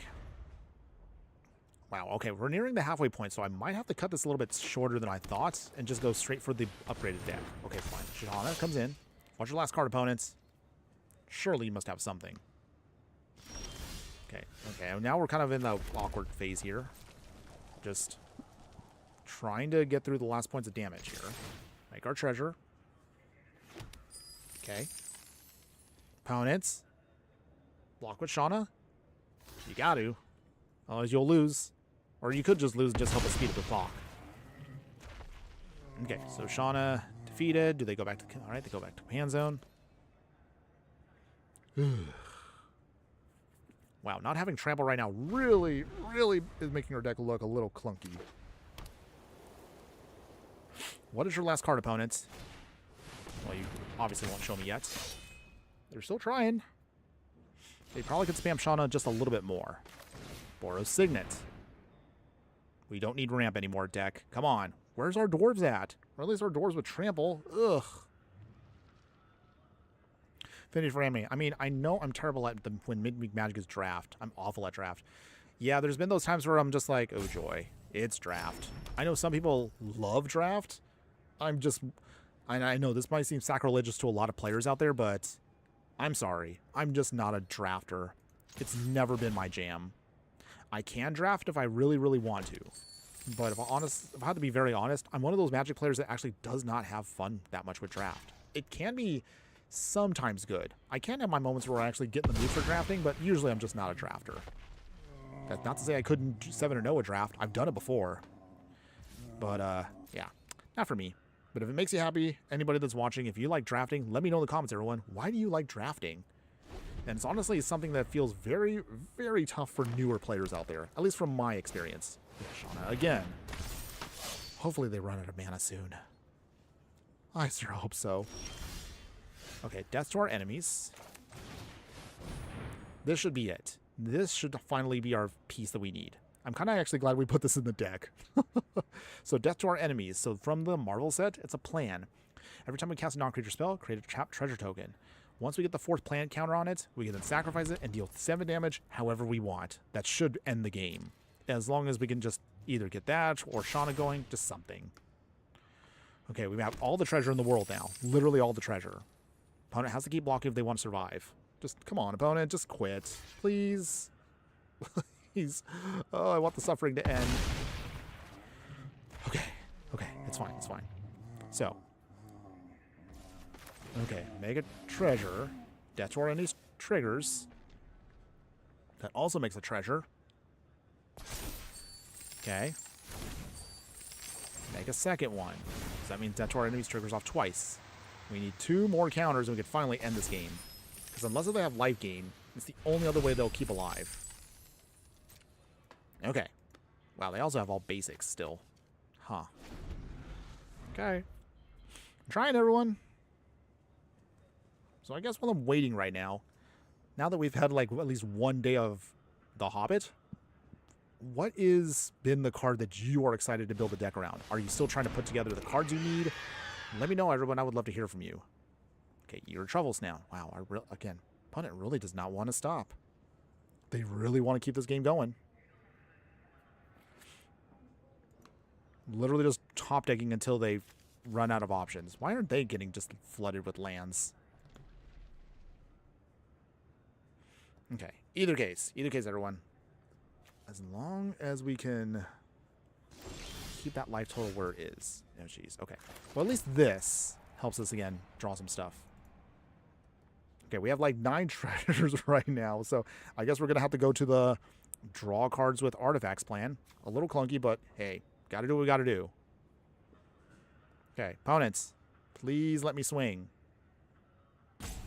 Oh, jeez. Okay. Swing. Make another treasure. Okay, now we're up to 10 treasures. Okay, opponent, are you blocking again? Or will you just give up and let me win? Maybe? Please? I'm sure everyone right now is probably just being like, oh my goodness, they're on the edge of their seats. Oh my gosh. Oh dear. I'm going to lose my mind on this game. Okay. Get rid of the boar. Still, I have no idea what's their last card. So either they have a land or something. Shauna, okay, finally. Okay, they have Cassidits. So from here, sacrifice 2 artifacts. Draw a card, helping us speed up the plan. Giot, okay. Okay, make a treasure. Yes, we will discard this because we don't need it. Okay. All right, so let's see. Swing it again. Make another treasure. Okay. They got to block again. Oh, thank God. Finally. The game is over. It's finally over. Oh my goodness. Yeah. I just lost brain cells playing that game. They were just top decking until they just finally just gave in. Oh, thank goodness. Okay. Okay, everyone. Looking at the clock, I'm just gonna, we're not gonna bother with the cosmetic. I'm just gonna end it there because I really want us to get to the actual upgraded deck. So, I mean, I'm pretty sure from those matches, you get the gist of what the deck is trying to do, right? Right? Any case, ooh, let's get a pack. Okay, pack. What do we get? What do we get? What do we get? Anything good? Roll. Is this actually good? Control to one target creature line of control. If you do, print that field. Okay. Oh, okay. It's a 4-mana Saga Blink card. I feel like this might be good for something we might build in the future. So I'm kind of glad. Okay, I have an idea for this deck in the future, but I'm going to have to sit on that and scribble it down some notes next to me. Okay, got to get some scratch paper in a second. Okay, sorry, mumbling to myself. Any case, so hopefully you got an idea of what the deck was trying to do from the budget version. But if you want to spend like, I don't know, like a stupid amount of rares and mythics, or at least money, the next version we have here is literally like 10 times more expensive than the current one we just did. So the upgraded deck, we're going to be playing this in ranked Brawl, is now we're going to be playing for the remainder of the stream. Okay, so just to give a little quick overview of what we're upgrading here.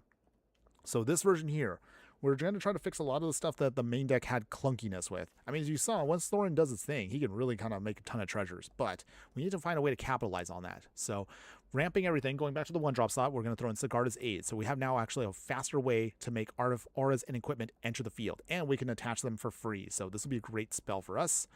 Other upgrades we're going to trim out. So we mostly only kept the diamond pickaxe because this is the only one of our cheap equipment that can give us a treasure as we just attack. We actually don't have to do the damage, just trying to get our pump there. We'll throw in now Shadow Spear, so this is a much more stronger spell for us. Finally gives us the trample we need so desperately, and it gives one of our creatures a lifelink. We can also use its secondary ability to turn off hexproof and indestructible on creatures to make them easier pickings for the rest of our spot removal.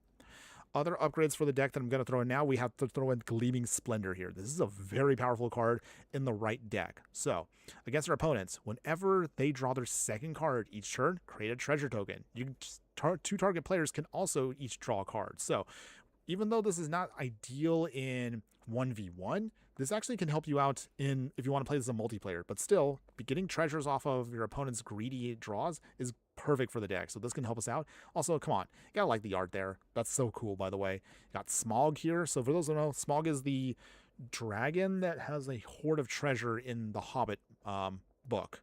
So in case if you guys were unsure about that. Other upgrades for the deck that are going to really help us out here. So scrolling to this real quick. We'll throw in now Tataru Taru, so from Final Fantasy. This is actually a dwarf itself, so kind of the cutest dwarf we have here. When Tataru Taru enters, draw a card, and target opponent also draws a card. Its secondary ability, whenever an opponent draws a card that isn't that player's turn, we have to create tapped treasure tokens. We can only do this once a turn, but that ability will help us again generate treasures even faster. To protect our planet and give us some more oomph, we have Flowering of the White Tree. So this is a legendary enchantment. It gives all of our creatures +1/+1, but if they're not actual non-legendaries get a +1/+1 pump. Legendary creatures get +2/+1 and ward 1 for protection.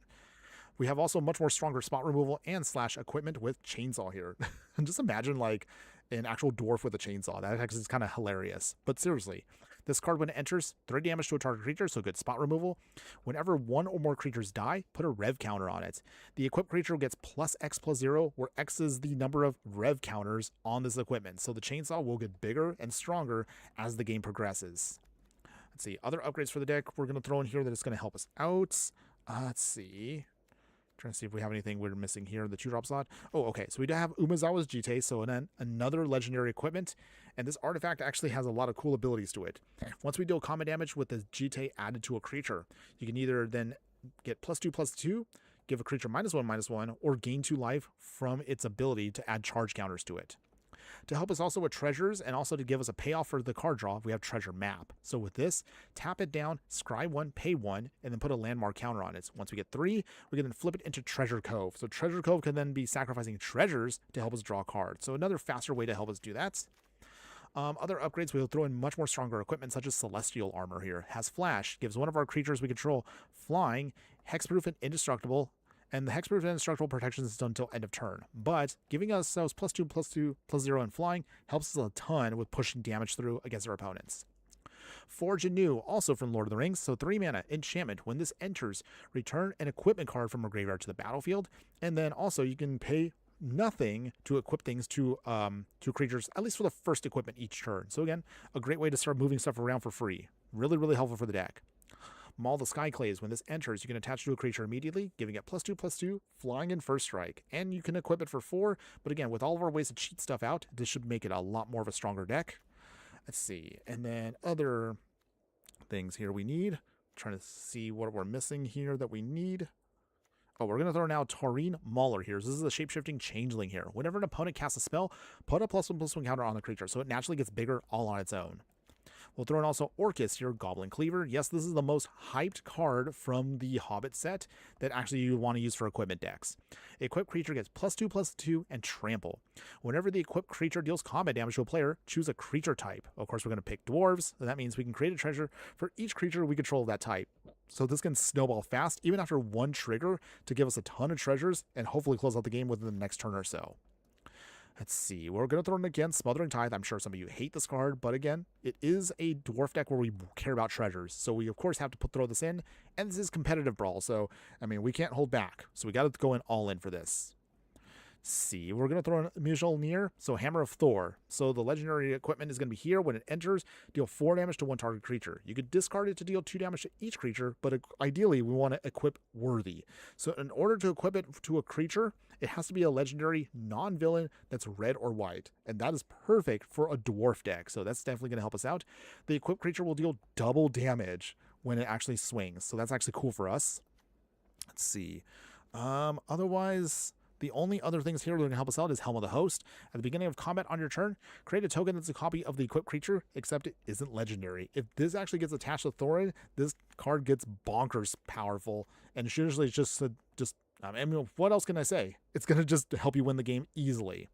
Speaking of other game-winning things here, we have Roaming Throne here. Roaming Throne is a golem here. We're, of course, going to choose Dwarf when it enters. It has Ward 2 to protect itself. And then anytime we have a trigger that goes off of that chosen type, we get to trigger again. So with Thorin here, that means a ton of treasures that'll give us more than enough to help us win games. Vanquisher's Banner here. When this enters, we pick a creature type. Well, of course, we're going to pick dwarves, giving us +1/+1. And anytime we cast a creature spell of the chosen type, just draw a card. So it helps us, again, just churn through our deck even faster. Our last equipment for the deck is going to be Embercleave here, since we're hopefully going to go wide enough with dwarves that this will be cheaper for each attacking creature. It has flash. We attach to a creature when it enters, and it gives the creature +1/+1, double strike, and trample. Finally, our last dwarf in the 7-drop slots are most expensive, but it can be our most powerful. So Ori, Plate Stacker here, 7 mana, Dwarf Bard, 3/3. When he enters, destroy all artifacts and enchantments your opponent controls, and we gain 1 life for each permanent destroyed this way. This can blow up treasures, this can blow up auras. This can actually be one of the most devastating non-creature wrath that we have in the whole game. So I actually love this card. This actually sounds like a really good card for us to hose opponents that are going to get too greedy with artifacts and enchantments. So let's see, maybe we can make this work today. Finally, the upgrades that we haven't talked about will be, of course, in the mana base. So again, we definitely are going to stack up now. We're going to trim down to only 5 plains, 5 mountains, and we'll throw in an Abandoned Air Temple to give all of our creatures +1/+1. We have the Lonely Mountain here, so this enters tapped unless we control an equipment. With this, we can start making dwarf tokens, which can help us, again, just ramp out everything faster. We'll throw in all the dual rare lands we can muster up, like Battlefield Forge, Clifftop Retreat, Elegant Parlor, Inspiring Vantage, Needle Verge and Pillar Verge Pathway, Sacred Foundry, Sunbaked Canyon, Sunbillow Verge, we have Ancient Tomb, we have Arid Mesa as one of our real fetches for the deck. Cavern of Souls makes our dwarves uncounterable. Command Tower is going to stay, of course. Fatal Passage is a much more better fetch land for us. Fountain Port can take advantage of all the treasures, and it can also make treasures on its own. Inventor's Sphere will help us keep alive because this, of course, will give us life for as long as we have 3 or more artifacts. Mute Vault, of course, can be an honorary dwarf if we want to turn it into one. Plaza of Heroes is for protection reasons. Prismatic Vista for another real fetch.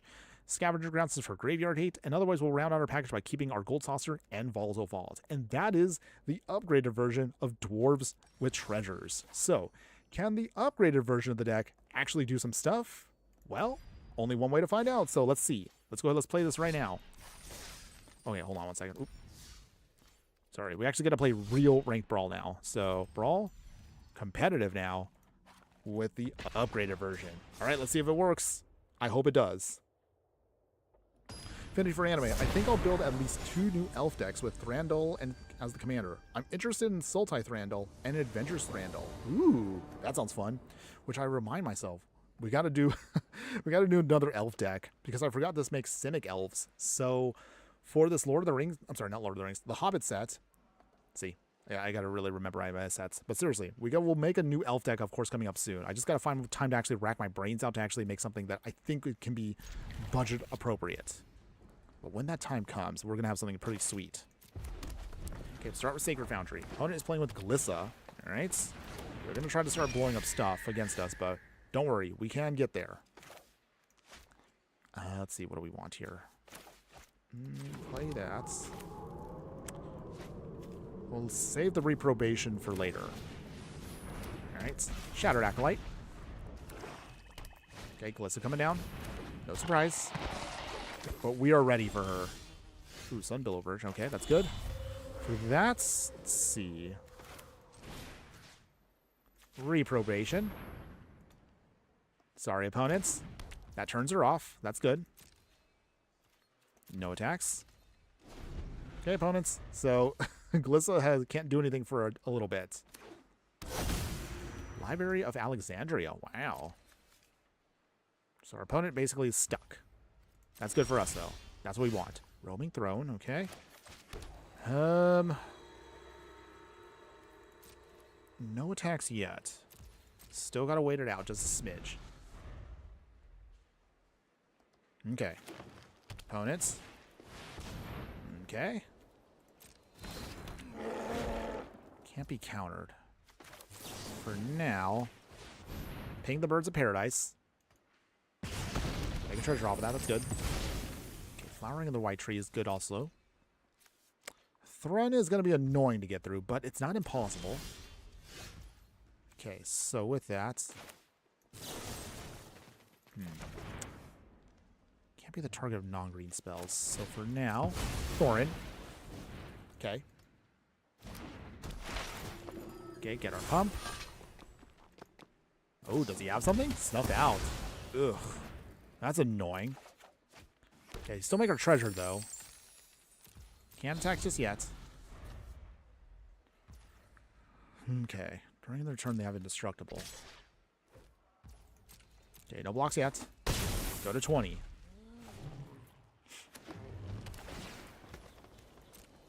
Okay. Trying to find ways to see if we can get around stuff here. Vexing Bauble. Alright. We don't have to worry about free spells. Our deck doesn't really care about that, so they're just going to use that to sacrifice, I'm guessing. Okay. That's fine. So for now, the plan is Gleaming Splendor. Okay, we will then play Dane's Company. Right. What do we want?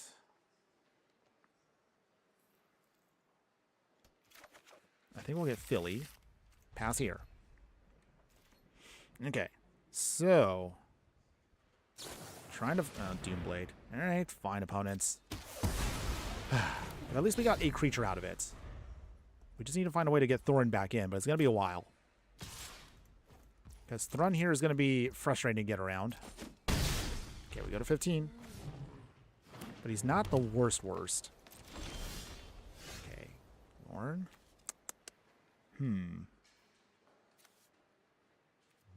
How do we want to do this? Lauren the Mighty. Pass here. Worldly Tutor.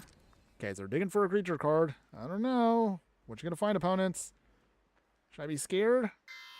Should we be scared? What are they grabbing? What are you grabbing, opponents?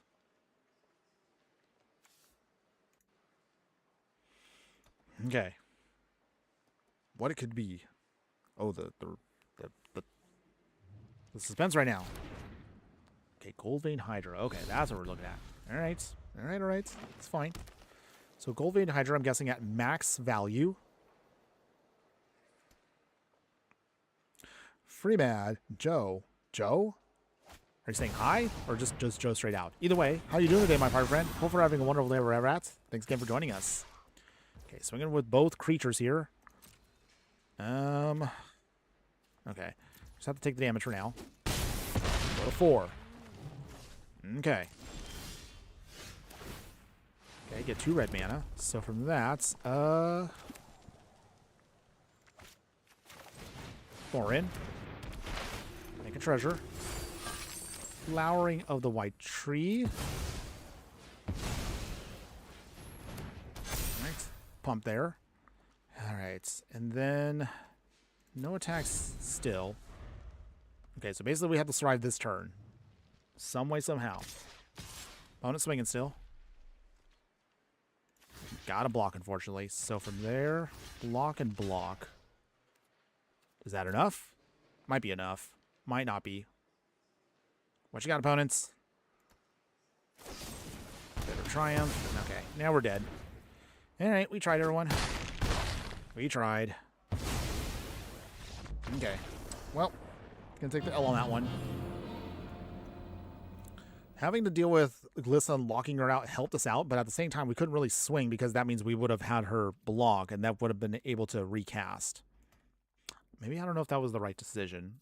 Being able to just, the run getting through was very annoying. Just almost unstoppable. That stinks.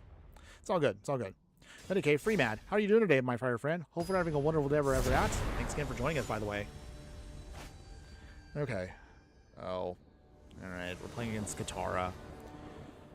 Katara. Okay. Okay. So our opponent is playing Katara. And, oh, with the follow there. Thank you again for that, Free Matt. Appreciate that, by the way.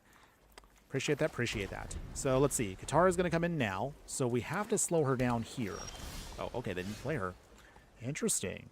Okay, well, for that, Battlefield Forge. I guess we'll do it this way. Arcane Signets. Opponents.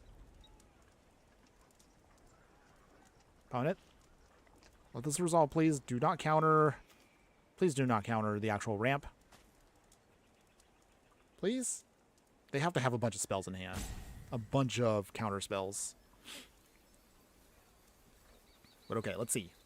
Does our opponent let this resolve? If they do, then we have a shot here. Our other option is we use Thor's Hammer, discard it, because it's an ability, and we can blow away Katara. Wait, no. Oh, dang. She actually has 3 toughness. Ah! Never mind. Okay. So our Swords the Plowshare is our only chance here? Okay, that's good. It did resolve. Doing good watching from Denmark. Well, that's cool here. What time is it over there, if you don't mind me asking? I actually have a couple of people that do watch me from Europe. Affinity for Katara, I feel your pain. Yeah, I don't want to quit out of rage. I'm going to give it a shot. We have a Swords of Plowshare, so if they play Katara now, we can actually stall for a little bit. Our deck is not technically designed for this kind of thing. But we'll try. Whenever you cast a spell during an opponent's turn, they get the experience counter. Whenever she attacks, she draws cards. So again, if we could just stop her from swinging, maybe we have a shot. I don't know. I don't know.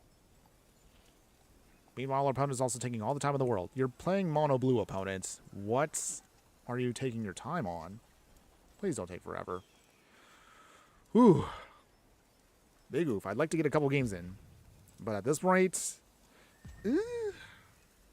opponent's just going with the wind here. Lots of time. Okay. So, Scavenger Grounds. Let's see. I think we'll just play the Mauler. So if our opponent casts a spell, I mean, the Mauler gets bigger. That's good, right? Right? Okay. Mauler will come in. Maybe. Opponents. No. Opponents. You there? Did you need to get an Amazon package from the door? Are you microwaving something? Something. Just tell me what's going on here. Okay, it's fine. Not trying to be impatient, everybody. I'm just wondering what the heck is going on. This is when I wish Arena would give you like a prompt to say like if an opponent like, I don't know, like they disconnected or we're waiting for them to reconnect. Because I get that. That happens to me a lot. Oh, okay. Wow. Okay. I guess we'll take our win there. A free win. Thankfully, we did not have to suffer through the Katara. So, whew. Okay. At least we didn't have to do that. Free bad. Sorry, it's around 12 a.m. That's okay. You don't need to apologize. I was just curious to see like where you were from. Oh, wow, 12 in the morning, huh? Okay. That's cool. The middle of the night. Do you consider yourself a night person then, Freemad? Are you like a vampire like I am? Although on my side here in this on the west side of the United States, right now it is 3:13 on the clock.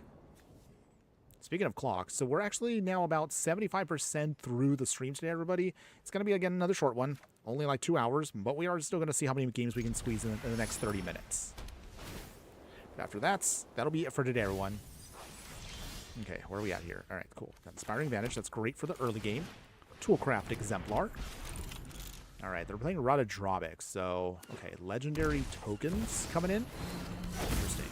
Ooh, the Mind Stone. That's annoying, but not the worst. We have a way to stop that right here and now. So, Sheltered by Ghosts. Sorry, opponents. That's got to go. I'm sorry. Got him. Get down to 20. We go up to 27. Bitter Blossom. Okay. That's fine. Let's see here. Volatile Faults. Let's see. What do we want here instead? Treasure Map. Cool. And then tap here. Cool, we got it. Mountain, that's good. That pumps up Toolcraft. Wow, words are hard, by the way. Cool. Down to 16. Gain our life. Bitter Blossom makes 1 token.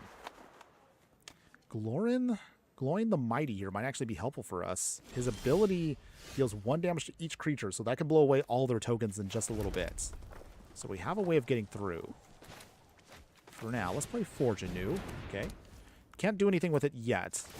But we're just going to have it out there. Okay, Signet. Do we want the Signet now? Might not need it anymore. Okay. Swing here. They block with a token, no surprise. So they have a way of blocking for now. We go up to 35. They go to 14. Affinity for Anime. A better alternative than having Katara just counter everything until everything winning, attacking is creature land over and over. Yeah, I will say, though, I guess maybe I dodged a bullet by having our opponent just kind of time out. So, that was too close. Okay, Thorin coming in. All right, make our treasure. We will then... Hold on. Actually, do we want to do this now?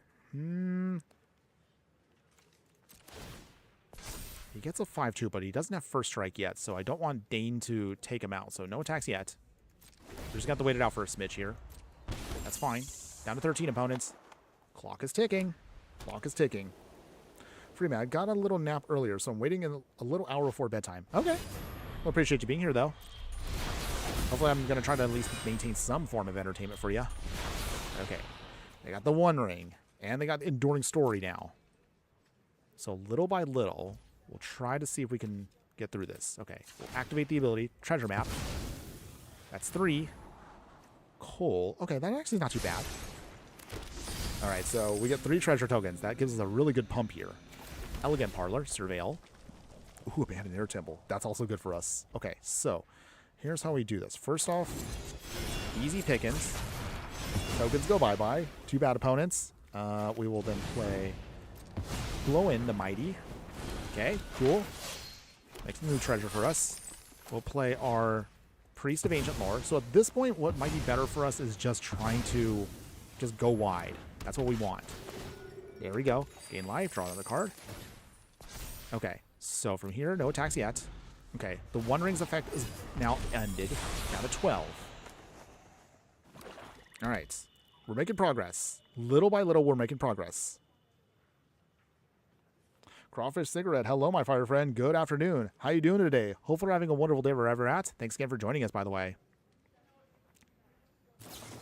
D-Spark. Opponents. Ah! It's okay. It's okay, everyone. We will find a way to get through. We will find a way. Okay, got another pathway land. Cool. Okay, so thankfully, that'll pay for the command tax. So we get it through. You're not stopping me, opponents. We can still make our way through this. Okay, pull the Forge Master. Cool. Make our next treasure token. All right. Get our pump going. And let's see. Do we want to do this now? Yeah, might as well. Wait, oh, hold on. Hold on.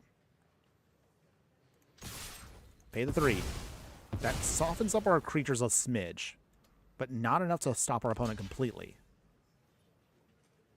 Okay, opponents. Okay. Okay, go. Down to 7. Okay, making progress here.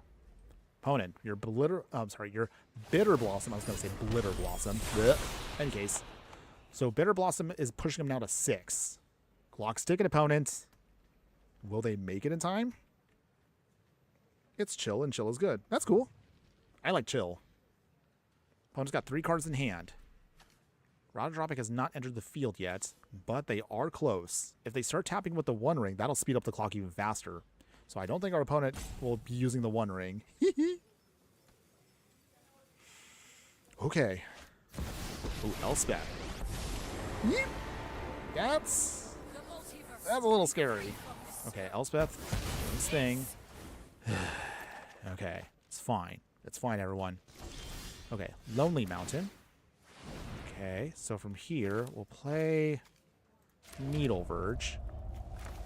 Alright, Thorin coming in again. Take the treasure. Up with the team. Let's see. Has lifelink, but not Ward 2. Oh, okay, thank goodness our opponent gave up there. Alright. Nice. Yeah, alright. Okay, hey, we're ranking up. Hey, we're looking good. See? The deck can do its thing. Sort of. Okay. Alright, so we're getting our rewards in there. That's cool. Getting our dailies done. Okay, so far, we're making good progress here.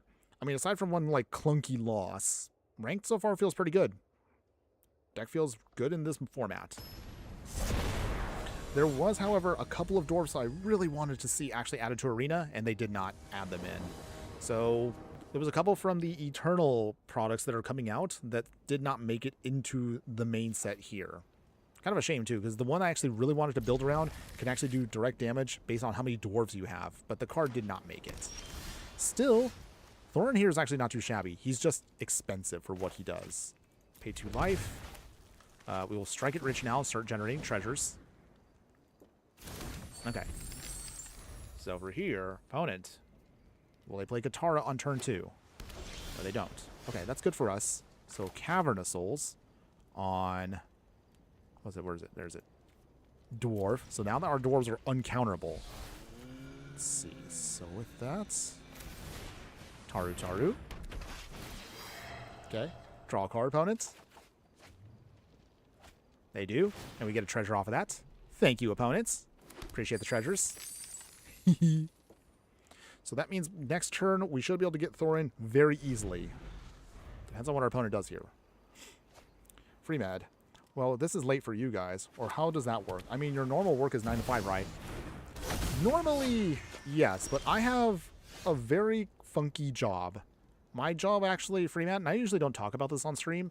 My job does not have consistent hours. I can work mornings, I can work afternoons, and today I will be working the night side. So I actually don't leave for at least after the stream, maybe another 2 hours. After that, then I go to work. So that's why I can do these midday streams at the time I do. All right, Stroke of Midnight. Let's see, hold on. Actually, we'll bring in Thorin now. Uncounterable. Can't stop him, opponents. He's a dwarf. Ooh, opponents. Oh, they're looking at something. Okay, we got our treasure token back. Nice. So, little Taru there gets a little bit of pump. Okay. Fading Hope. Alright, here they come. Here come the treasure, or sorry, the shenanigans that comes with Katara. We'll see if we can try to get around it, though. We will try.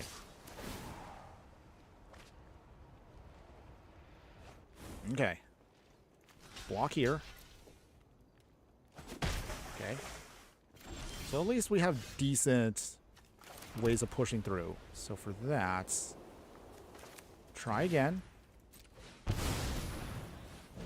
Still can't be countered. Thanks to Cavern Souls. Thank goodness. Okay. Wait. Opponent, you can't stop it there. Opponent, what were you doing there? Opponent did not know. No attacks. That's cool. So I think their strategy at this point is they're going to just start doing this just to get the experience counters. So even though we can get in Thorin and our dwarves to be uncounterable, they can still get their stupid counters. So, all right, Raisin Bar. All right, so back to our hand again. If it weren't for Taru right here, we probably would be in really big trouble. All right, opponents. Still blocking here. Okay. Still not making any real progress because we really do need other lands. Okay, so from here...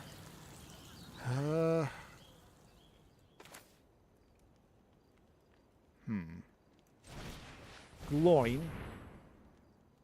Dwarf Emissary. Okay. Come on. Okay, cool, that sticks. So for here...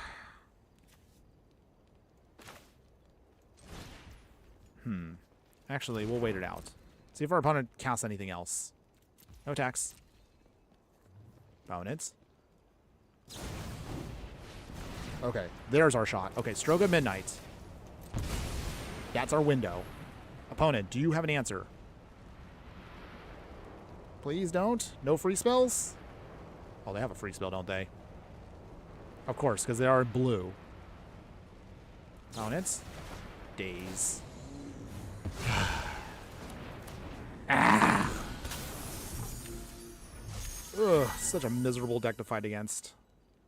I mean, yes, we're playing competitive Brawl. Oh, jeez, they get to rebounce it again.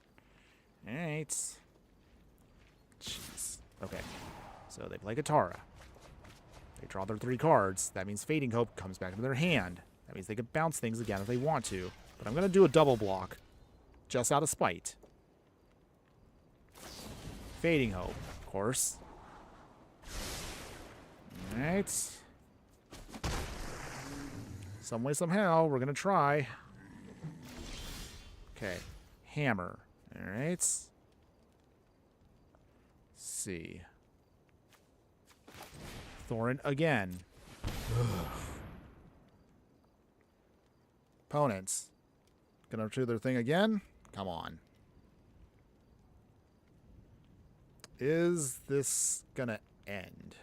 Because if it keeps going like this, I'm just gonna quit because this is just not fun. I mean, if you're playing competitive, I understand. If you're gonna play in the competitive format where you're ranking up, yes, you're gonna probably want to play something that's miserable. So, of course, your opponent will have to do dirty things like this.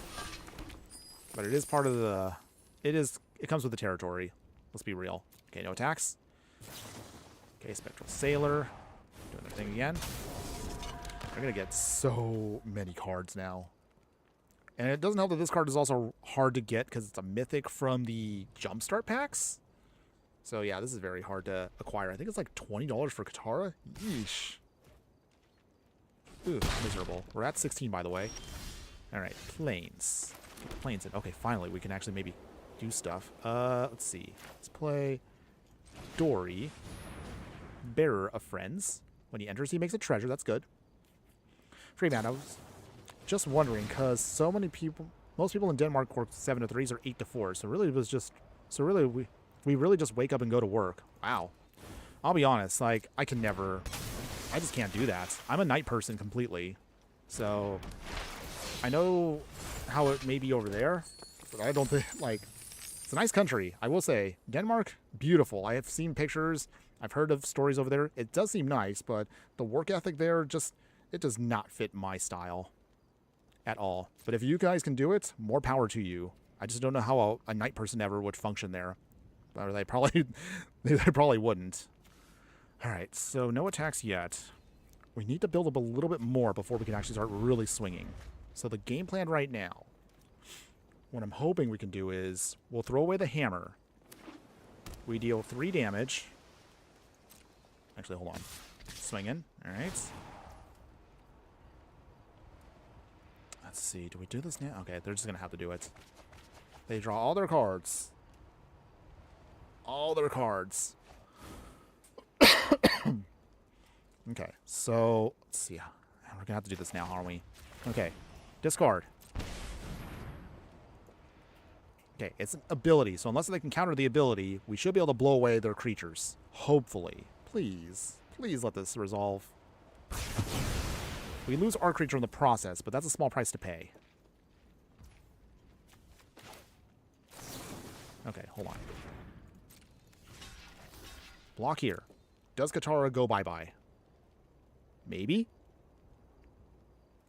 Opponents? God, they have so many cards. Okay, it's 68 still to our 84. Does our opponent push through damage? I just want to see if we can actually stop this. Just trying to stop the menace. Alright. Okay. We're going to flick a coin. Does this work? Opponents? Please? Ugh.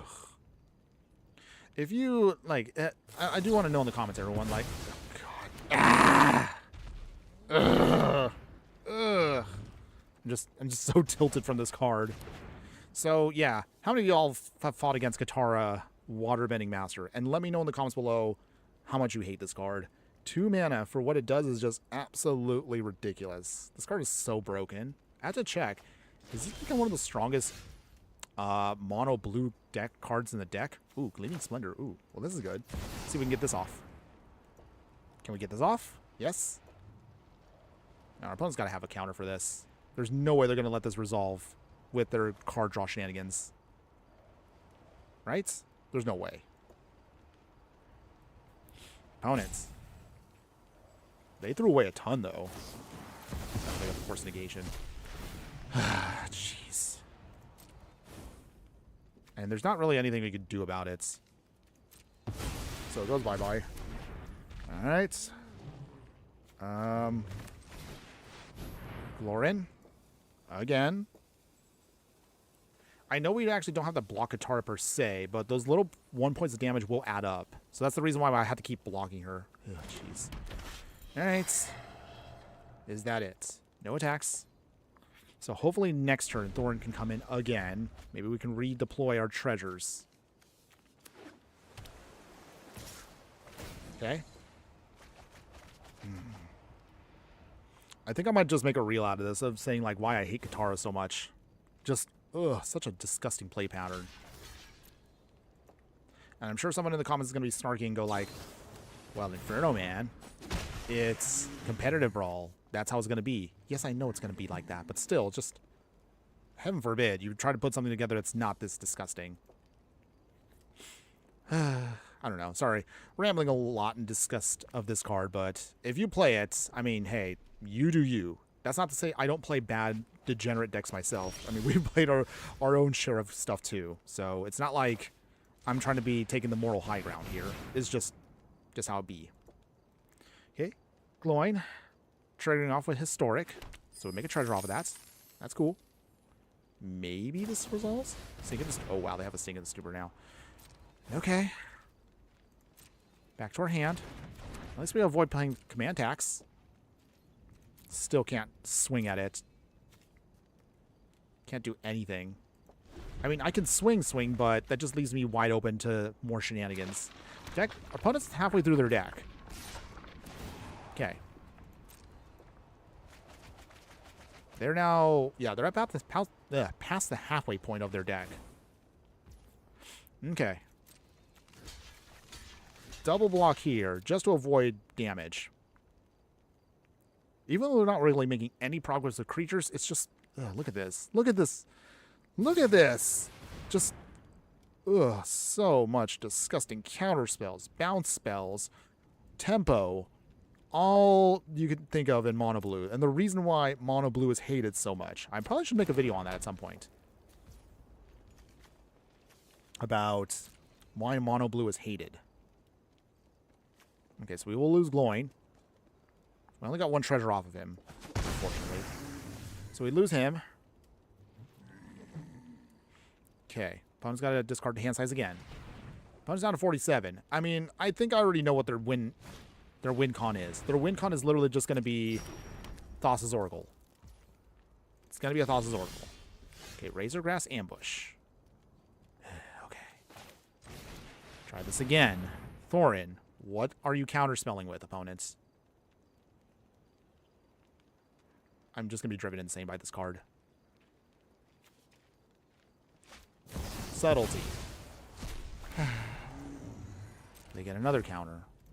So that comes in. That bounces away our card, so it gets around the counter spell. Fine, I'll put it into our library.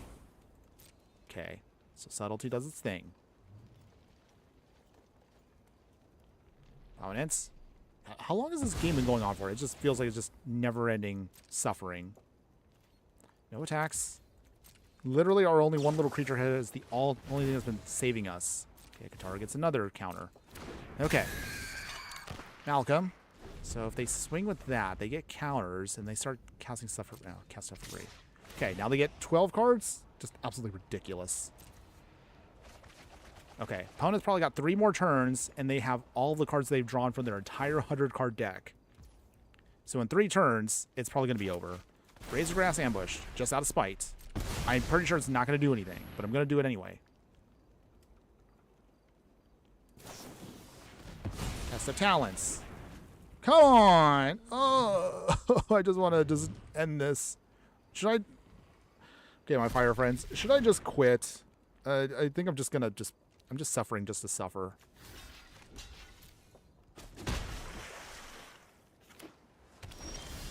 Okay, Smothering Tithe. Okay. Does this resolve? Probably not, but I'm going to try again. Freeman, we're all going to be a bit of a bully sometimes, just to be nice to on the receiving end. I mean, trust me, like, I've had my moments where I've bullied my opponents, but, oh, jeez. All right. Commandeer. No, I'm done. I'm done. I'm done. Ah!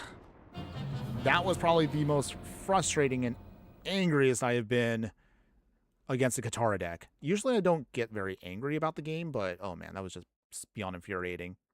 Y'all should be happy though. I've done my best not to ever really swear anymore. So, but trust me, like I was just like, ugh. In my brain right now, I'm just like, ah. So frustrating. Okay, okay, okay. Breathe in, breathe out, breathe in, breathe out. Okay. Please give me an opponent that's not Katara. Okay, they're playing Vayne Karuda's Solider. Wait, who is this from? Oh, it's Finn the Fangbear. Okay, it's a Finn deck. Okay, it's that. Okay, so from here, do we have enough to do our thing? Kind of. I'm going to keep the hand. It's okay. Okay, Spikefield Cave. All right, so we're playing against a poison deck. It's mono green, so that's not too bad, right? Right? Should be fine. All right, Sacred Foundry. Shock ourselves so we can get in Thorin. Okay. So for now, should be fine. Okay. If we can get another land, we should be okay. If not, we get the radioactive spider out of the way with Sheltered by Ghosts. Okay. Opponents. Swinging, maybe. Okay, here comes Finn. So they get their first free swing in. Can't block it. I mean, we can block it, but we probably shouldn't. Okay, Dory. Alright, so for that, Finn goes bye-bye. So that does go back to the command zone. Nice. So I'll bounce back. We can slow down our opponent just a little bit here. Go to 21. We go back up to 26. Okay, come on, deck. We really do need at least another Now they got Haywire Might. So they sacrifice that. We lose the Sheltered by Ghosts. Dang. Alright. On the sacrifices Haywire Mites. Lose their Sheltered by Ghosts. They get back their Fin the Fangbearer. So that means they get 2 more poison counters. That's good. Okay, down to 25. Okay, flick a coin. Doesn't do anything. Okay. Ugh. I'm going to get punished now for holding onto a hand that didn't allow me to cast anything. Disruptor Flute. Do they name creatures? Or actually, no. I have to choose a card name. Oh, okay. So, Thorin. Wait. They really should ban cards like these out of the format if it's 1v1. Because locking out your commander is a little unfair. But okay. Maybe I'm just rambling here. Okay, Fang Shigeki. Okay, opponents. Swinging. Alright, we got to stem the bleeding. So Thorin's got to go bye-bye. Okay, we go to 6 counters. Okay, armed and armored. Okay. And we lost there. We didn't draw into a land which could have at least stopped one of their creatures, but we could not do it there. So now we lose our rank just a little bit there. Dang. It's okay. It's okay. Okay, looking at the clock, everyone. Maybe 2 more games, and that's probably going to be it for today. But don't worry. We will, of course, do our normal thing, which is we'll go over the deck as an overall. The good, the bad, and the ugly. We'll then do a quick little evaluation. We'll then talk about what we're doing for the next live stream. And that'll be it for today, everyone. But don't worry. We got a little bit more to go. So hopefully we can at least end strong here. I want us to at least have a couple more good games. So let's see. Facing against Errati. Okay. So they can be a counter spell, or they can be used as spot removal. So we're playing against some kind of Dimir control deck? Maybe? We'll see. Freeman, all right, I'm going to bed so I can catch my 5 to 6 hours of beauty sleep before I work. See you on some other time, and good luck with the rest of your games. Well, thank you for that. Appreciate that, by the way. Have a good night. Take care. Hopefully, we'll get a chance to see you on stream again. And always be sure to burn bright. Later. Okay, now let's see. Get the Arid Mesa going. Okay. Alright, so opponent. Ice Tunnel. So we crack our Arid Mesa. Okay, we get out whatever we need. So let's get the Elegant Parlor. Probably our best hit. Surveil. Okay, ooh, Helm of the Host is nice, but it's going to be a while before we get to that. Still, I'm going to hold on to it just in case. Play the Mountain. Killy, the Resourceful. He's not storied yet, but if we can get him storied, Helm of the Host will be hilarious. Okay, opponents. What you got? Okay. So, okay, we got now our Swords to Plowshare, which is excellent. That's what can help us out here. Let's see. Play Scavenger Grounds. So I guess we'll just hold on to our spot removal for now while we swing. Killy. Swinging. Down to 24. Got the first hit in. That's awesome.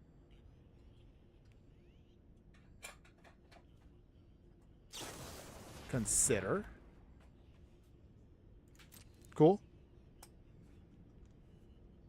Opponent taking for something. Sacrifice Misty Rainforest. Yep. Now, just to keep in mind, again, with the way our deck is designed, we can't put in all the fetches we want to. But the reason why I don't do that is, I don't know, just maybe it's just an OCD thing with me. But you can if you want. Okay, Lorien revealed. So the Island Cycle. They get Undercity Sewers. Okay, so we pass. So they get their Surveil land. And they Surveil. Okay, opponents. Baleful Strix. Okay, that's cute. Okay, they draw a card off of that. Thankfully, we have a way of stopping that. Okay, so cool. So with that, Chainsaw. Vroom, vroom, vroom. Okay, Strix gone. Gets the rev counter. Nice. Razorgrass Ambush, but we'll play that as a land. We'll play Cole the Forge Master. Cool. And now that we have storied triggers, so now we can actually start swinging here. So put on Killy. So even if he does get hit, he will survive thanks to Cole. All right, looking good. So if we can get Helm of the Host down, then that'll get super out of control. Okay, let's see. What does our opponent do here? I would love to get Thorin in also, but I think next Helm of the Host alone should be enough. All depends on what our opponent does here. If they bring in Irati, let's see what they do here. Okay. We're going to swing first, see what our opponent does. Anything?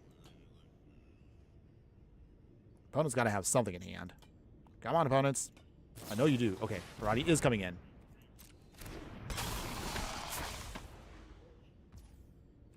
And then from here,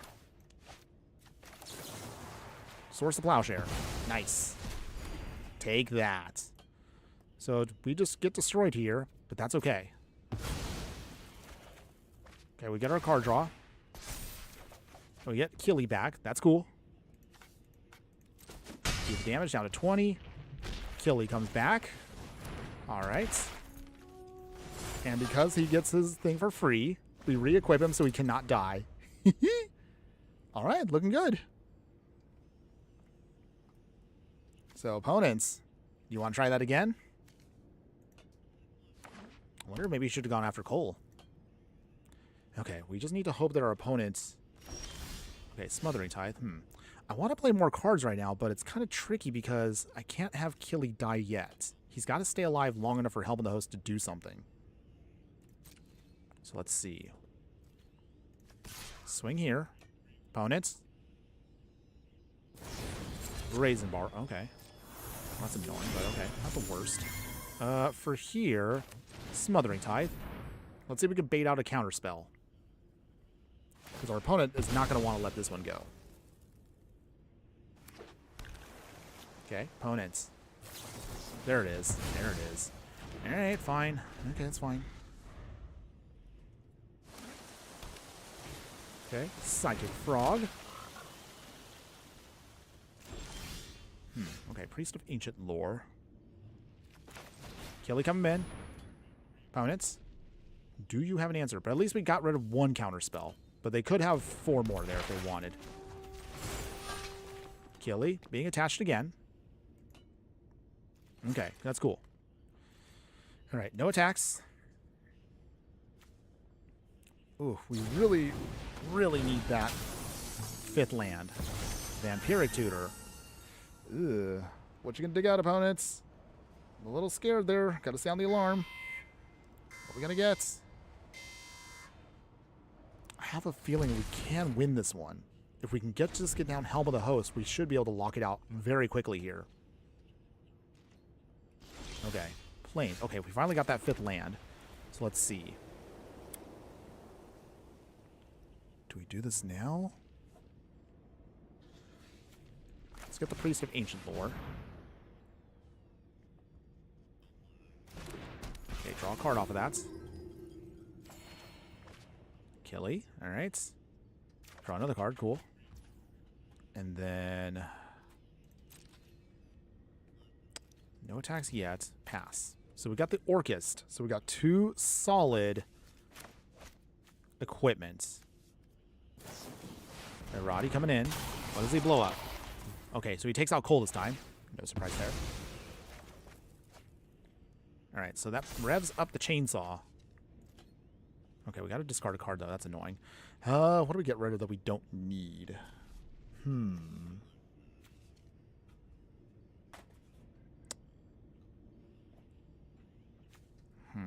think we can get rid of Stormkiln Artist.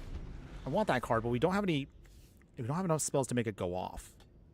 And our opponent is definitely holding up all their mana. Just keep counterspelling us, from what I see. We'll see. We're going to try. Doomsday. Ooh, okay. So our opponent wants to end this game now. Wow, they actually played Doomsday. With the chosen cards on top of your library, you lose half your life rounded up. Okay, opponent wants to end this now. So what are they grabbing? Is it what I think it is? Ugh. So I'm guessing a Thoracle and some other spells that'll ensure that no matter what they play, once they run out of cards, they can win the game. That's what I'm assuming, right? I'm right on that. Yes? Okay. Well, either case, I just wanted to see if we can at least get one trigger off with our stuff here, but I think our opponent is not going to let us do it. Okay, so they exile everything. And literally exile everything. Down to 5 cards. Our opponent has 5 turns to win the game. They go to 8. There it was. Yep, Thassa's Oracle. So that means they get their cheesy win, which is they exile whatever, and we still lose. Yeah. That's actually also dumb. All right. Did we have fun? No, we did not have fun with that game. No, I'm going to have a cry face. Sad face. Okay. So looking at the clock, everyone. Next one is our final game. Win or lose. No matter what happens, that's going to be it. And then from there, we'll then do our wrap-up for today. So thank you to everybody who has been here with me today. Appreciate y'all, by the way. If you haven't already done so, if you're still enjoying the content, show some love. Please like, follow, and subscribe wherever you're watching the content so you don't miss out on any of the gameplay, booster pack openings, deck techs, live streams, and so much more. Okay, so for now, can we do anything with this hand? Kind of. Spikefield Hazard to tap. Ancient Tomb into Plundering Barbarian gives us 4 mana. Okay. Arm Renegade. Cool. Thorin. Okay. Plundering Barbarian. We take 2. Make a treasure. And then we go from there. Okay, so that's 4 mana.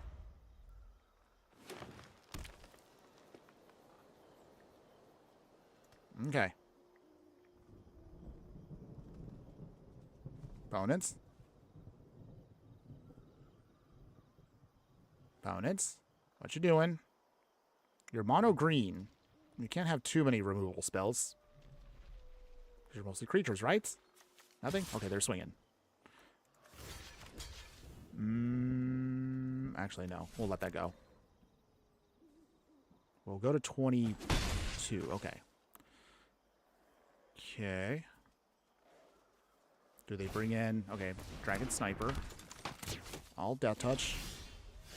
Okay, so Rip Apart, we're going to have to save that for Finn here. Okay, well... We're not getting the lands we need. So for now, Shadow Spear is going to have to make do. Opponents. Okay, so we got that down. Pass here. So I'm guessing Finn probably next turn? Yes? No? Something, opponent? Come on. We really need at least 1 white source. We get a white source, then we're in business. If we don't get that white source, then we'll be dead very quickly. Let's see. Does our opponent have answers for us?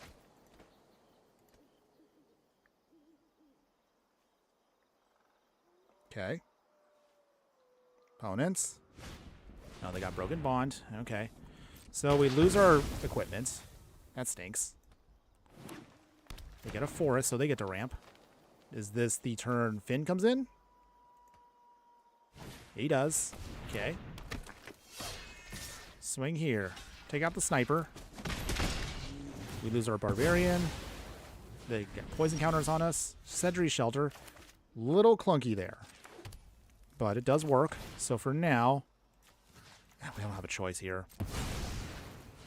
Okay, Finn the Fangbearer goes bye-bye. But at least now we have the right mana. Okay, Finn comes in for full price.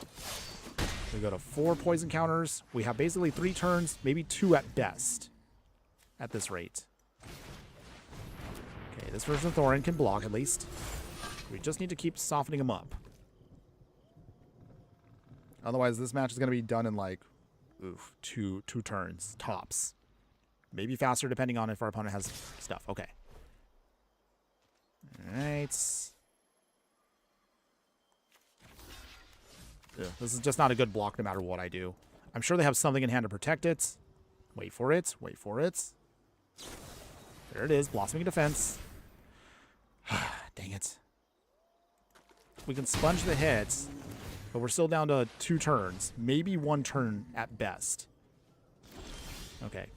That doesn't help us. And yeah, that's game. Aw, man. We're going to end on a bad note? Oh, I didn't want to end on a loss. That stinks. All right. Oh, missing. Okay. All right, opponent. Fine. You rubbed it in. Ah! Not the best way to end the stream. But dang, that stinks. All right, so we go down in rank completely. Yay.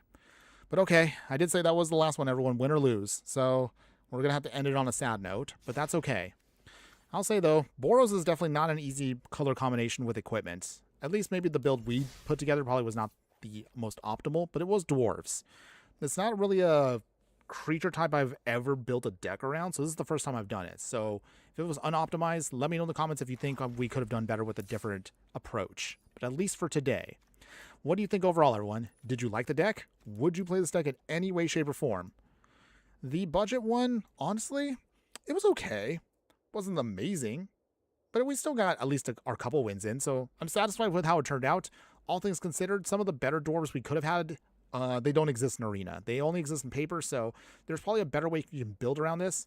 So I would say if you like Thorin here, great if you want to go treasure ramping, but the only clunky part to him is having to kind of divide our attention between treasures, dwarves, and equipment, because some of your other dwarves care about equipment, but then we need to actually put in space for equipment that actually makes treasures. So they can't all loop together, but again, it's very mana heavy. So maybe I should have put a little bit more mana into the deck. Maybe that would have helped us. I don't know. Maybe protection spells, maybe spot removal more. I'm still not sure what was the best solution for us. But in any case, we at least got our wins in when we could. When we played the actual upgraded version of the deck, again, I wanted to have high hopes for it, but I forget, again, this format, it's ruthless. You will play against everyone that's playing the most powerful of powerful cards. Maybe I probably could have pumped it up a little bit more, but I'm not sure what I'm missing to juice it up. To be honest, the deck has a lot of rares and mythics in this upgraded version. In fact, if you put this together in paper, I think this one's like, it's like $750. Like the one you see here that I played today, not that I would ever put it together for that much in paper, but if you wanted to put together what I did, that's how much it's going to cost you. So in theory, you do have a lot of stuff that works well, but we just could not draw into it. So we ended up losing a lot more than we won. We did get some wins, but our losses felt very sad. But I think the deck probably would feel a lot better if we actually had real commander. We're talking, again, free-for-all 4 players. 1v1 definitely is a different vibe, and you can definitely tell the difference between this and how it felt versus if we played this in actual commander versus 3 other opponents. I think the deck would actually do a lot better in a 4-player free-for-all versus 1v1 brawl. At least that's my opinion. But you tell me in the comments below, everyone, what do you think later on? I would love to hear from you. Any case, for those of you that are still here with us for the remainder of the stream, the final thing I want to leave us with is, what are we going to do for our next live stream coming up on Friday? So, for my true fire friends who have hung around this far, whether it's live or on the replay, we're going to try to put together a Golem deck. We got some new Golem cards. I'm still trying to figure out the combination. I don't know if I want to do this in Brawl, Historic. I'm not sure yet. So we're going to try to figure out a way to put together all the Golems, or at least a good amount, and go from there. So we'll see how this all turns out, everyone. Yeah, I'm still trying to build this myself, so still we're going to get it together by Saturday. Don't worry, we got time, so it will happen. Otherwise, the only other thing is our first deck tech, and I know I did the poll on this one earlier, about this was supposed to be our first actual live stream, but I realized I like the deck enough where I wanted to put together for an actual full deck tech. So I'm actually going to edit this down to actually make a full, cool, goofy Mimi deck out of this one. So it's using Belladonna Took and a bunch of the Heir Apparents. So silly, whatever. And we'll show you how you can put it together for a cheap price on Arena. I would warn you, though, I probably would not put this together in paper. It's a lot more expensive than I thought it was going to be, but it works how it is. But again, we'll cover that next week when we actually put out a proper deck tech on YouTube. Otherwise, beyond that, we're still going to try to put together whatever we can comes down my mind. We're going to definitely do a dragon deck with Smog. We'll definitely do an elf deck. We'll do a goblin deck. Maybe an orc deck too, depending on how it goes. Oh no, we'll definitely do a wizard deck with this time around with Gandalf. So all that's coming down. It still needs time for me to get the cards and put it all together, but it is all coming, everyone. Don't worry. We'll have plenty of decks to cover over the next couple weeks. Oh, and of course, as a reminder, we will be doing again near the end of August a player battle. So if you guys want to face off against me, I will have again one day where I will reserve it so you guys can face off against me as you'd like to for one day. So we'll have a stream of just players versus me. Bring whatever deck you want to play with against me. I'll be more than happy to take on any and all challengers. Details about that stream will be coming up soon, everyone. But otherwise, that's going to be it for today, everyone. Thank you so much to everyone who was here for the live stream today. Shout outs to everyone, of course, that was in the chat today. So again, I see all of you there. So Marianne Deem or Christina Yanez there. I see Elite Gamer, of course. Affinity for Anime. Appreciate y'all being here, of course. Jock U1V. I know you're probably playing your Roblox, but again, hopefully you're having fun with that. WeFan 2000X, or Double X, I should say. Thanks again for hopping in as well. Bane7004. Freemad. Appreciate you also being a new follower on Twitch there. So thanks again for everybody that's been here for me today. One more time, if you want to catch me again at any given time, I'm usually hovering around my Discord, which again, the link will be located in the details below once we're done with the stream, along with, again, other locations you can find me with, such as X. Replays for the live stream will be across all socials, so X, Instagram, Twitch, and YouTube. Full versions, of course, will be available on YouTube and Twitch temporarily, but permanent channel will, of course, be YouTube itself. Again, one more time, links are located in the details below. So show some love, everyone, if you can, whenever you're able to check me out. But as long as you're watching me, I still appreciate y'all just the same. Okay, that's enough of me rambling. It's time for me to go, everyone, so take care. Have a wonderful, wonderful week, and we'll see you again on Saturday. But before I go, I want to leave you with one final thing. Just remember that no matter what you do play in the game of life, always be sure to burn bright. We'll see you again Saturday, everybody. Later.